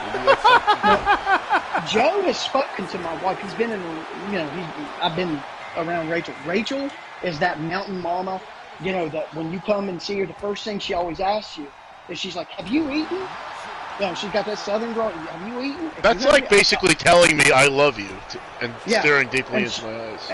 And she would look at you and go, I can make you gravy, biscuits, and I've got some sausages. We killed the pig. Biscuits and gravy. You'd be like, okay. Because that's... At that moment, I would be like, I literally don't know what the word no means. I don't know what that means. I don't know what that is. My wife does pork chops. She marinates pork chops. She's like, don't touch them, because that's how we are here. We love our food here. Our hearts... Well, I think that's why Italians and Southerners get along, because they both take pride in their food. Oh, we love our food. We love our food. So, dude, that's what we'll have to trade. I'll have to come there. I'll have to have the real Southern treatment. But then you got to come over here, and I got to make you some, some Sunday sauce. There's no cons in West Virginia that the real life Peter Griffin can get cosplay in. The Huntington Comic Con. It gets about 15,000 people. Yeah. Too bad. There's a much closer Huntington. Huntington Comic Con. It's where Marshall University. Randy Moss is always here. Randy Moss. I lived right where Randy Moss played college. Marshall University, plane crash, Real Marshall. I'm literally 6 miles down the road. 6 miles down the road from where. Come off the mountain and down around town and head towards Marshall. So, head up a Bass Pro Shops or something. I got to kill a couple things that are in the road anyway. Roadkill Cafe, you kill them, we grill them. We grill them, yeah. But it's great because when I watch you guys, and I really do push you guys because I'm telling you. Oh, you've been there since for a while now. You've been with us. You're amongst the ranks of From the Dungeon. Let's say you guys are gonna blow up. You're gonna blow up. I'm telling you, it's gonna happen. Chris is going to go on a rant one day. It's going to go viral. Joe telling him to shut the fuck up, and it's going to go viral. I'm telling him to shut the fuck up for fucking 3 years. Yeah, it's going to happen. Close to 4 years now. I never try to silence Joe. And tomorrow, I'm going to tell everybody when I hold this on I'm going to bring a lot of my, you know, of the people that read my work, because there's a woman at the Ultimate Warrior that has she has afterwards tattooed on her forearm because she read my book, and you know her brother had passed away, and she come up and has my book title tattooed on her arm. It's creepy, but it was awesome at the same time. You know, so, now let me ask you something, Steven. I wasn't part of the conversation earlier on. I don't know if you guys covered this, but who is your favorite wrestler of all time? Ted DiBiase. Ted DiBiase. I actually know Ted DiBiase. Well, Ted DiBiase, when I was at a house show when I was a kid, talked so much shit to me, and I thought it was the greatest thing ever. And I always liked Ted just because he was just such a piece of... Ted just came off as such a piece of shit. And I just loved him so much, and I don't know why. But when he kicked the basketball away from the kid, you know, and I was just like, that is so funny. Yeah, because I got it. You know, he made RVD as a kid kiss his feet. Mm-hmm. That's funny. And I always thought that as a wrestler, as a true wrestler, because I think even Hulk Hogan has talked about this, that the strength of Ted was so deceptive, how strong Ted DiBiase was. Oh yeah, he's still to this day. Like, to this day, the guy's fucking tough as nails. Yeah. And he's one of the nicest guys, too. It was hilarious. The last time I saw him, I was at New York Comic-Con, and because I had met him previously, and I'm, like, staring at this display case of statues, and I just so happened to be looking at a statue of Hulk Hogan, and somebody just slaps me across the back, hard as shit. I turn around, it's fucking Ted DiBiase. He's like, hey, how you doing? I'm like, oh my god. Fucking Ted DiBiase. I love Ted DiBiase. So. He's a great guy. As time went on, you know, I have a lot of appreciation for Bret Hart, you know, because of the technical, because I really do love the technical aspect of wrestling. But, you know, Ted DiBiase was my favorite when I was younger. You know, when I was a young man, you know, because remember, I'm still the elder statesman here. When I was young, I really enjoyed Ted. I really did enjoy Ted. But I did grow up in Flair country, and I grew up in Dusty country. I love Dusty. I love Dusty. I love Dusty. Dusty's got to be in my top 10 of all time. He always came through here. They were always... So Dusty was my guy for the Road Warriors. You know, I love all that stuff. So you were attending the Jim Crockett Productions? Yeah, they came through here. They came through here like twice a month. It was called the Memorial Fieldhouse. Jim Cornette, when I was a little kid, because I was a little heavy-set kid, told me to sit my little fat ass down. And I actually wrote that. I wrote that in the thing. And I've got pictures of me and Jim, and pictures of Lillian and Jim, my daughter, with Jim. He was the sweetest to my little girl. And when she hears this podcast, we're down to 6 in this Royal Rumble match. Dusty Rhodes, Andre the Giant, Macho Man Hulk Hogan, and so Earthquake. Late? Why do you always put Andre in there so late? Put him out there one. Anybody want a peanut? Andre's gone! Just as she said that, the Macho Man propelled Andre over the top rope. Oh, yeah! Is Vinny Chris back? Oh yeah, I'm here. I'm muted. Cornette's the best, man. He really is. I look forward to his podcast. I can't wait. Like when I see that it says like 1 hour ago the episode dropped, I am like, yes. Nicest guy in the world, man. He really is. Yeah, you know, it's like there was a lot of, you know, that was the other thing too. He feuded with the Young Buck guys, and they put out a lot of shit about him. And I remember them saying like, oh, he like pimped out his wife to the Big Show and a bunch of people, and I was like, yeah, that's especially heinous. And like, I always like, I heard he was a racist piece of shit, and I was like, you know, then I heard him do a Trump rant, and I was like, well, how crazy could he be? Yeah. And then I listened to the show. I'm like, well, everything he said was totally reasonable and sound. He didn't say anything, you know. How is he a racist? Well, this is what I tell people, because people say that to me all the time. How is Jim Cornette a racist when in Smoky Mountain, the main heel that he had was New Jack and Mustafa. You know, he pushed those guys. You know, so I'm sorry, I didn't mean to get that. No, you know, that's the thing is there was a narrative that was painted by the same guys that tried to smear CM Punk. I mean, CM Punk likes the Jim Cornette show. He said he listens, you know, which is funny because they talked a lot about his whole, you know, experience, and they pretty much everything that they've said on their show was right, is what Punk corroborated, and then what the footage corroborated. So it's like it's a great show. Jim Cornette's it's hilarious. He just has a way with words where, like, I wish that I was as sharp as he is, and he's much older than me, but he's just, that guy is like sharp. The shit that he says, the words that he can string together. He's a wordsmith, and it's just really a funny fucking show. Very fucking funny. It'll make me. He's an orator for sure, and he will make you laugh out loud. And that's, for me, I feel like that's, you don't get to see me do that too much, truthfully. Usually when I find something funny, it's, yes, you know, like that's it. You know, I don't actually laugh like the GTA valet. That's, you know. When's the hardest I ever made you laugh, Chris? I can't remember. I did get you Paul to laugh. Paul Giamatti definitely got me. Is that what it was? That was the Paul Giamatti. Paul Giamatti got me because that was, you know, I always thought Paul Giamatti was funny, but that was like a little joke I had with myself. You know, it's like. Yeah, but Paul Giamatti as the Rhino was the worst fucking casting mistake of fucking all time. I swear to God. There's been some other ones. I mean, one of the. I mean, Jared Leto as the Joker is high up there, but fucking Paul Giamatti as the fucking Rhino. Think about the Rhino from the fucking Spider-Man cartoon. Jacked out of his fucking face, and then you put Paul Giamatti in a fucking cyber suit and call that fucking Rhino. Yeah, that was definitely an insult. A stretch. That had me rolling. The American Dream is out.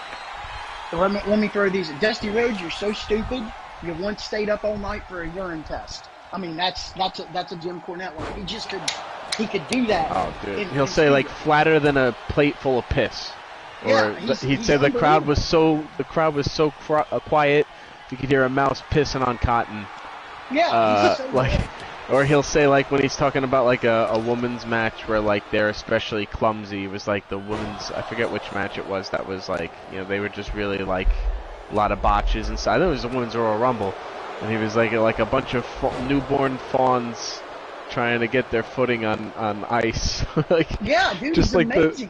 the things that he can like just pull out of nowhere. That's a classic Southern thing. The Mega Powers are the final two. A lot of them are Southern. That's what made even like Texas and shit. Like that's what made Dr. Phil so fucking popular. Dude, this is he would come up with shit like that. This has been the best one so far. Oh man, it's the Mega Powers, yeah. Hogan ain't putting him over though. I know.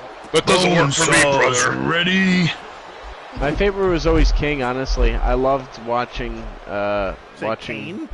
King, Jerry. Like the commentators were my favorite part about wrestling. Always. I mean, like whenever Macho Man with the elbow. Playing with like toy wrestlers, like fucking, that was part of the fun, was voicing JR and King like arguing with each other. You know, shit.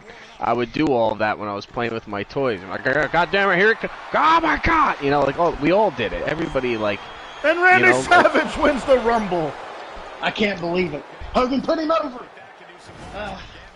Well, technically, Macho Man put Hogan over the top rope. that was a good one to end it on. Listening to you talk about King and him, that's why I love Gorilla and Bobby. The best commentators of all time. I love Jesse and Gorilla. I love Gorilla. Vince had an eye for that. Yeah, well, and then they put Kevin Patrick on fucking, which he's gone now, thank God. That was something. And honestly, I feel like I've been seeing Michael Cole do somebody's like kicking their mic or something. I don't know. It sounds like fucking there's another earthquake coming. That's right. You guys went through that. But we're gonna start to wrap up here. I do want to thank all of our viewers who've been watching this entire time. Hells from the dungeon, Asa A. Sil. He's been enjoying all these Rumble matches and commenting the entire time. Really enjoy it. He says Dusty Rhodes has joined. Hulkamania has entered the Royal Rumble. You said, if I recall, I read Andre always kept a copy of The Princess Bride with him. So, yeah, thank you guys for tuning in and watching. I think we've been on for a long time now, Steve. We've been on for 3 hours. 4 hours. Yeah. Jesus Christ. Damn, Daniel. That's what happens when you put me and Steve in there. It's like we just keep yapping and yapping and yapping. What? This is literally what me and Steve would do for fucking 10 years. On Xbox Live, we would just bullshit for fucking hours about wrestling. Halo 3, yeah. You know, and let me just say, too, before you sign us off, because fucking, you know, Vin's under the weather, I'm under the weather, and so we were kind of like, fuck it, and it was only because Joe was like, you know what, I'm still going to do it, and then I tuned in, and I heard Steve and Joe talking, and I was like, this is great conversation. And I thought, Steve, I never, you know, I know you're always in the comments, you've been there, you know, again, from very early on, if not the beginning. And I was like, oh, this guy's got a good voice for, you know, like, for podcasting. You know, it's I was like, this guy knows what he's talking about. So it was very enjoyable, even just to listen to you and Joe until you guys started shit talking LA Knight. And that triggered him to jump on. Joe rung the bell. But it was still fun nonetheless to definitely have you, and we'll have you back on an actual episode, not a, you know, fucking. Faceless scrap voiceover. Dude, this was great. This was great because listen, I can do wrestling, books, comic books, movies, Pornhub, whatever you need me to talk about. All right. I can. Yeah, there it is. I can do whatever. Free? I can. Not for Eddie Kingston. He pays for it. No, guys, really, honestly, I've when I get a chance, especially when I was doing my edits for 304. I would put you guys on Friday nights and just back and forth between tabs and talk to you. You have entertained me for a long time, and I really appreciate it. And, you know, I'd love to get back to you. So there you go. Hell yeah. We'll love to have you back. Steve, before we let you go, do you want to go ahead and plug 304 Monsters? 304 Monsters is out by the Henlow Press. It's available on Amazon, Walmart, Barnes & Noble. It is all the things that go bump in the night in the state of West Virginia are real. Now a Parkersburg detective, and which is Parkersburg, West Virginia, and a disgraced child psychologist are now trapped here, and they have found out that there's a lot more than meets the eye of the Mountain State. And it has sold really well. I've had nothing but positive feedback. I've had a lot of fun with it, and I appreciate you letting me plug it. Hell yeah. Goddamn right. Hell yeah. Bye. Hell yeah. Well, take us home, Yoko. Guys, the Break Room Podcast. I want to thank our guest, Stephen Baez, for joining us.